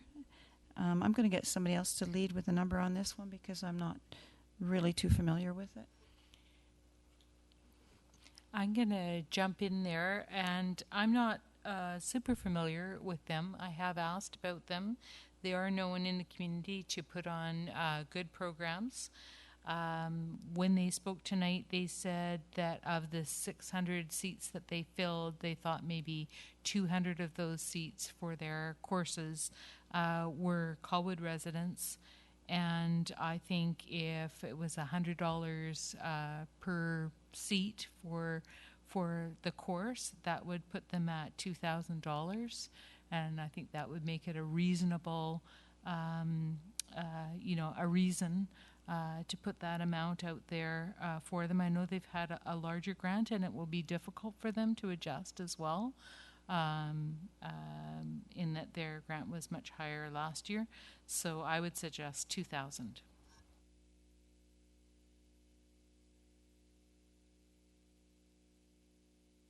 I have a question first. Finance, you have a note on there that says 2013 they received a permissive grant exemption. What stops them from that avenue? And was it just that it was like a... Can you? Oh. I could answer in that it was when we were first discussing the contract for Pacific Center Family Services and the COTW program. Our our chair of finance at the time spoke to these people, and we were looking at our permissive tax exemptions because they were a non-profit society. Looked at them the same way we were looking at Pacific Center at the time with the permissive tax exemption. Going that route is more expensive for the city because a permissive tax exemption requires that we post advertising in the Gazette, et cetera, et cetera. So this is the most cost-effective way to offer a nonprofit society in Colwood a grant. Good, thank you for that reminder. I recall now when you put the pieces together. I heard the same numbers, and I could agree with what you've proposed.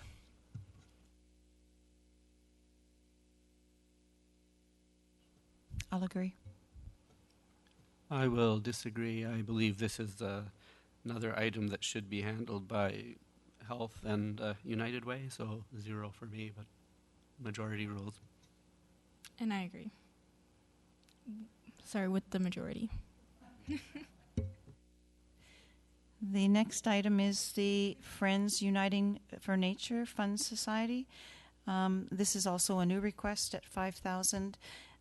As I see, it's associated with the Pacific Center, and we're already providing funding to Pacific Center. So I'm suggesting that the number be reduced, maybe down to 1,500. This is the fun one, and this provides a 1 week free summer camp for kids who wouldn't otherwise be able to afford to go to camp. And I'm not super familiar, although I did see their advertising last year, and I believe last year was their first time that they offered it. They do have a letter of support from Pacific Center, so Pacific Center obviously would know some of the families through their work with daycare, et cetera, and be able to offer some referrals to a group of young educators who are nature enthusiasts who are willing to offer a camp for kids. And they did have numbers. I can't remember them off the top of my head. I think 1,500 is a reasonable suggestion, and I could go for that. I think they said it was $250 for 1 week of camp, so 1,500 would get them, what's that, 4, 5, 6 kids to camp, so that's better than not getting anything.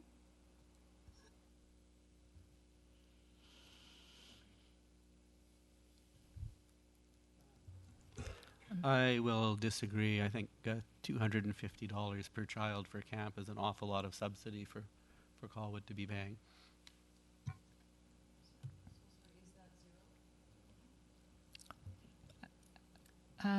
Again, these folks are a newer entity. I did hear them say that there were no camps being offered in Colwood this year. They were having to do downtown Victoria because they couldn't get onto their previous location and couldn't find anything alternatively. I think we can, maybe revisit it once they get their program in Colwood, where we have a closer. I mean, these same kids at risk probably don't have the ways and means to get downtown on a daily basis, which could be, add a problem. I'm just not familiar enough with the program. So I'm on the Jason side.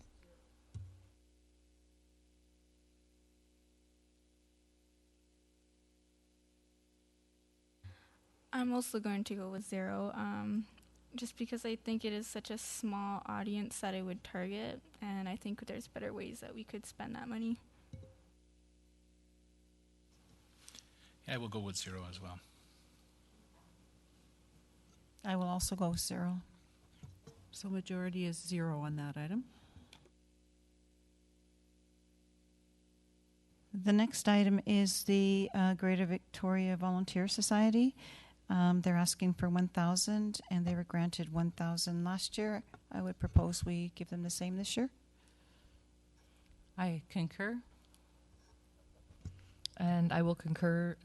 Greater Victoria, Volunteer Victoria has been around for a long time, and the work that they do is just, you just can't pay for that. I'll concur. Agreed. And I agree with the same amount as well. The next item is the Royal Canadian Legion. We granted them 2,000 last year. They're requesting 2,000 again this year, and I would suggest we give them 2,000. Agreed. Agreed. Agreed. Agreed. Agreed. The next item is the Society for Arts on South Island Coast Collective. This is a new request this year. I was going to suggest 1,000.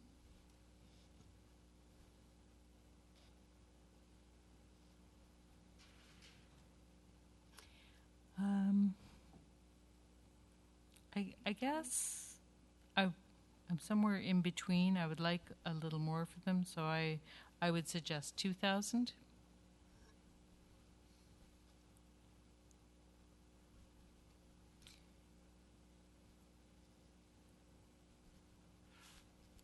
I would be, since they are solely focused and based in Colwood, and they've got a history, I would support the $2,000 figure.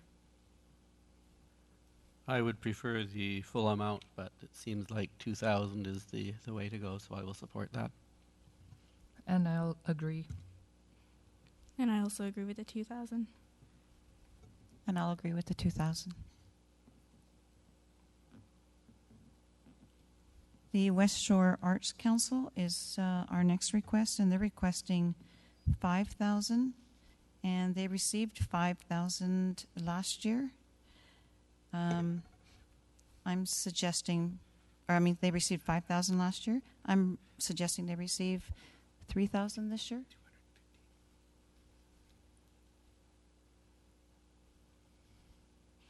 I'll go along with that.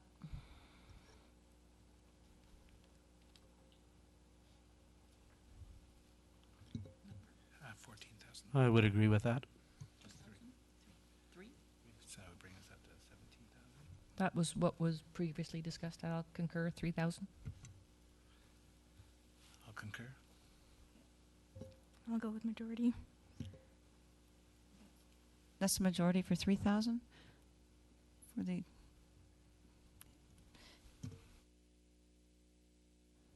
The next item is the Colwood Garden Society, and they're requesting 5,000.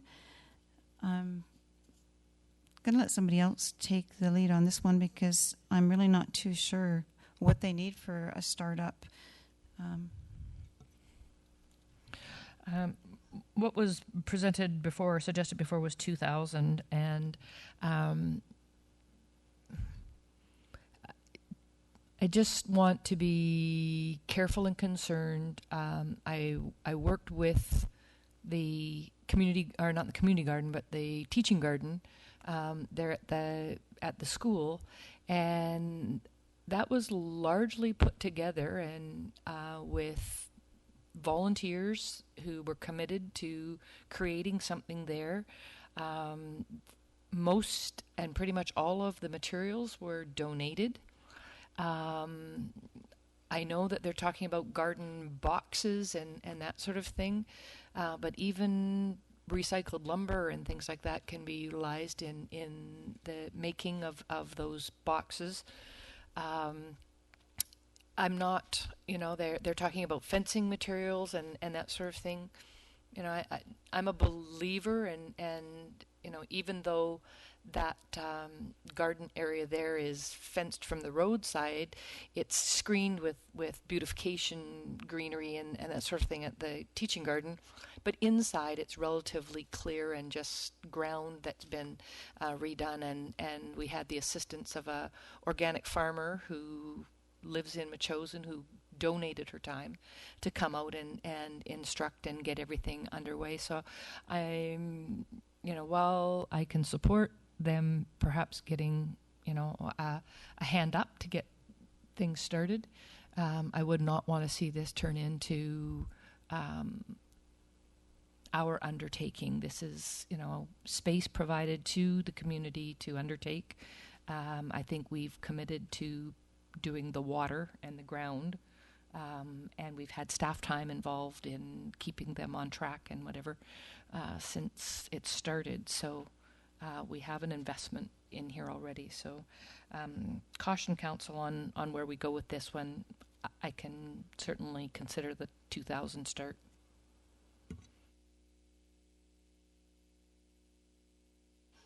I support the 2,000. I think it could be a really fabulous community amenity here that you could have at City Hall, a playground, a garden, a place for young families to come. We recently, just before the election, had a letter from a young parent who was saying, for the, babes until 2-year-olds, there's not really any place to take them in this part of Colwood. So there might be some really complementary uses, that there could be a garden and a tot park at City Hall at some point in time. And it does take a bit to get it going, and it takes something to keep it going. So I think it has potential to become something really great, but it's going to take a lot of hard work to make it happen. I'll agree with the startup funds and just point out that we're up to $19,250. How much? $19,250. I will support the 2,000. I think the 5 is a bit steep, and I think they could do a lot harder work looking for donations than they have done. And I will also support the 2,000. I think a lot of the resources could come from donation.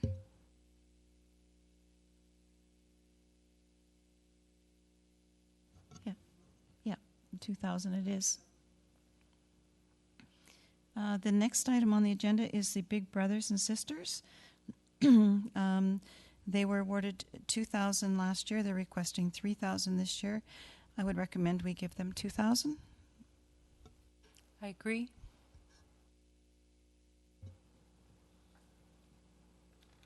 Disagree. I would agree to a lesser amount. I agree to the 2,000.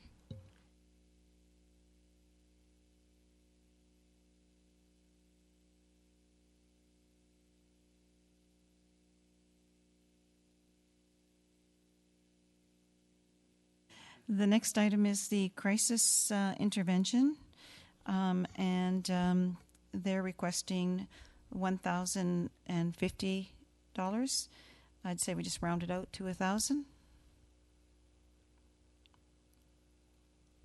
I'll concur. I'll agree. I'll agree. I disagree. 0. I agree with 1,000. The next item is the Rotary Club.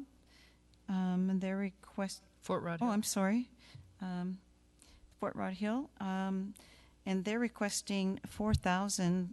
They were awarded 1,500 last year, and they were awarded 2,000 in 2013. I would suggest maybe 2,000. I was thinking 1,500. I'll go with Councillor Day. I'll support 1,500. I will support 1,500. I read their budget, and I think $4,000 about covers everything. And I will support the 1,500. The next item is the Rotary Club, and they're requesting 1,500. This is a first-time ask.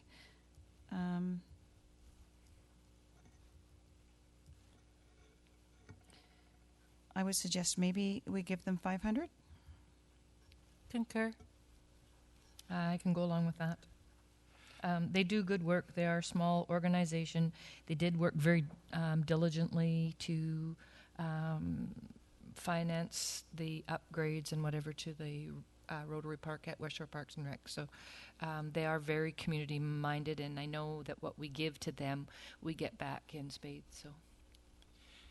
Yeah, I'm actually not adverse to the full amount, only because it's because of the significant investment they've made at West Shore Parks and Rec, saving the members $200,000. Plus, also this event screams Colwood, which that in itself is worth more than $1,500. I think it's great exposure, and it's money for an event that is well spent. Sorry, can I just clarify for the record? I've heard 2 votes for 500. Mayor Carroll, what was your amount that you were supporting? Well, I concurred with 500. Yeah. And then 1,500? 15 there. Okay. I would support. But I might sway Gordy. You know they meet in Langford Fire Hall. What? I would support the 1,500. I attended the event last year. It was very well attended, very well done. And they are raising money for charitable organizations. I think we get a lot more back than the little 1,500 we're going to put in. I also support the full amount, 1,500, and I think to actually be a member, you have to pay 200. So these people are paying $200 to do great things in our community. So this is worthwhile. I believe we have a tie vote, 3 at 500. Okay, I'll change mine. I'll go the full amount too.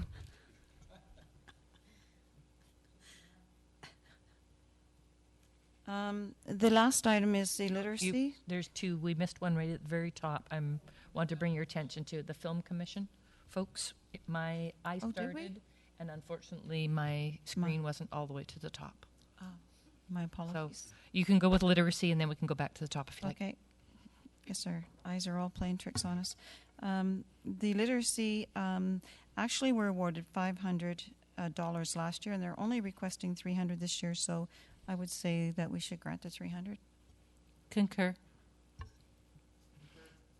And I will go along with that. I know that the event has passed, but they do work throughout the year, so it might have been I think maybe they were identifying sort of their major event within the year of what they do. So I think this will help. I have a question for the acting administrator. Eligibility criteria number 3 says no retroactive funding applications will be considered.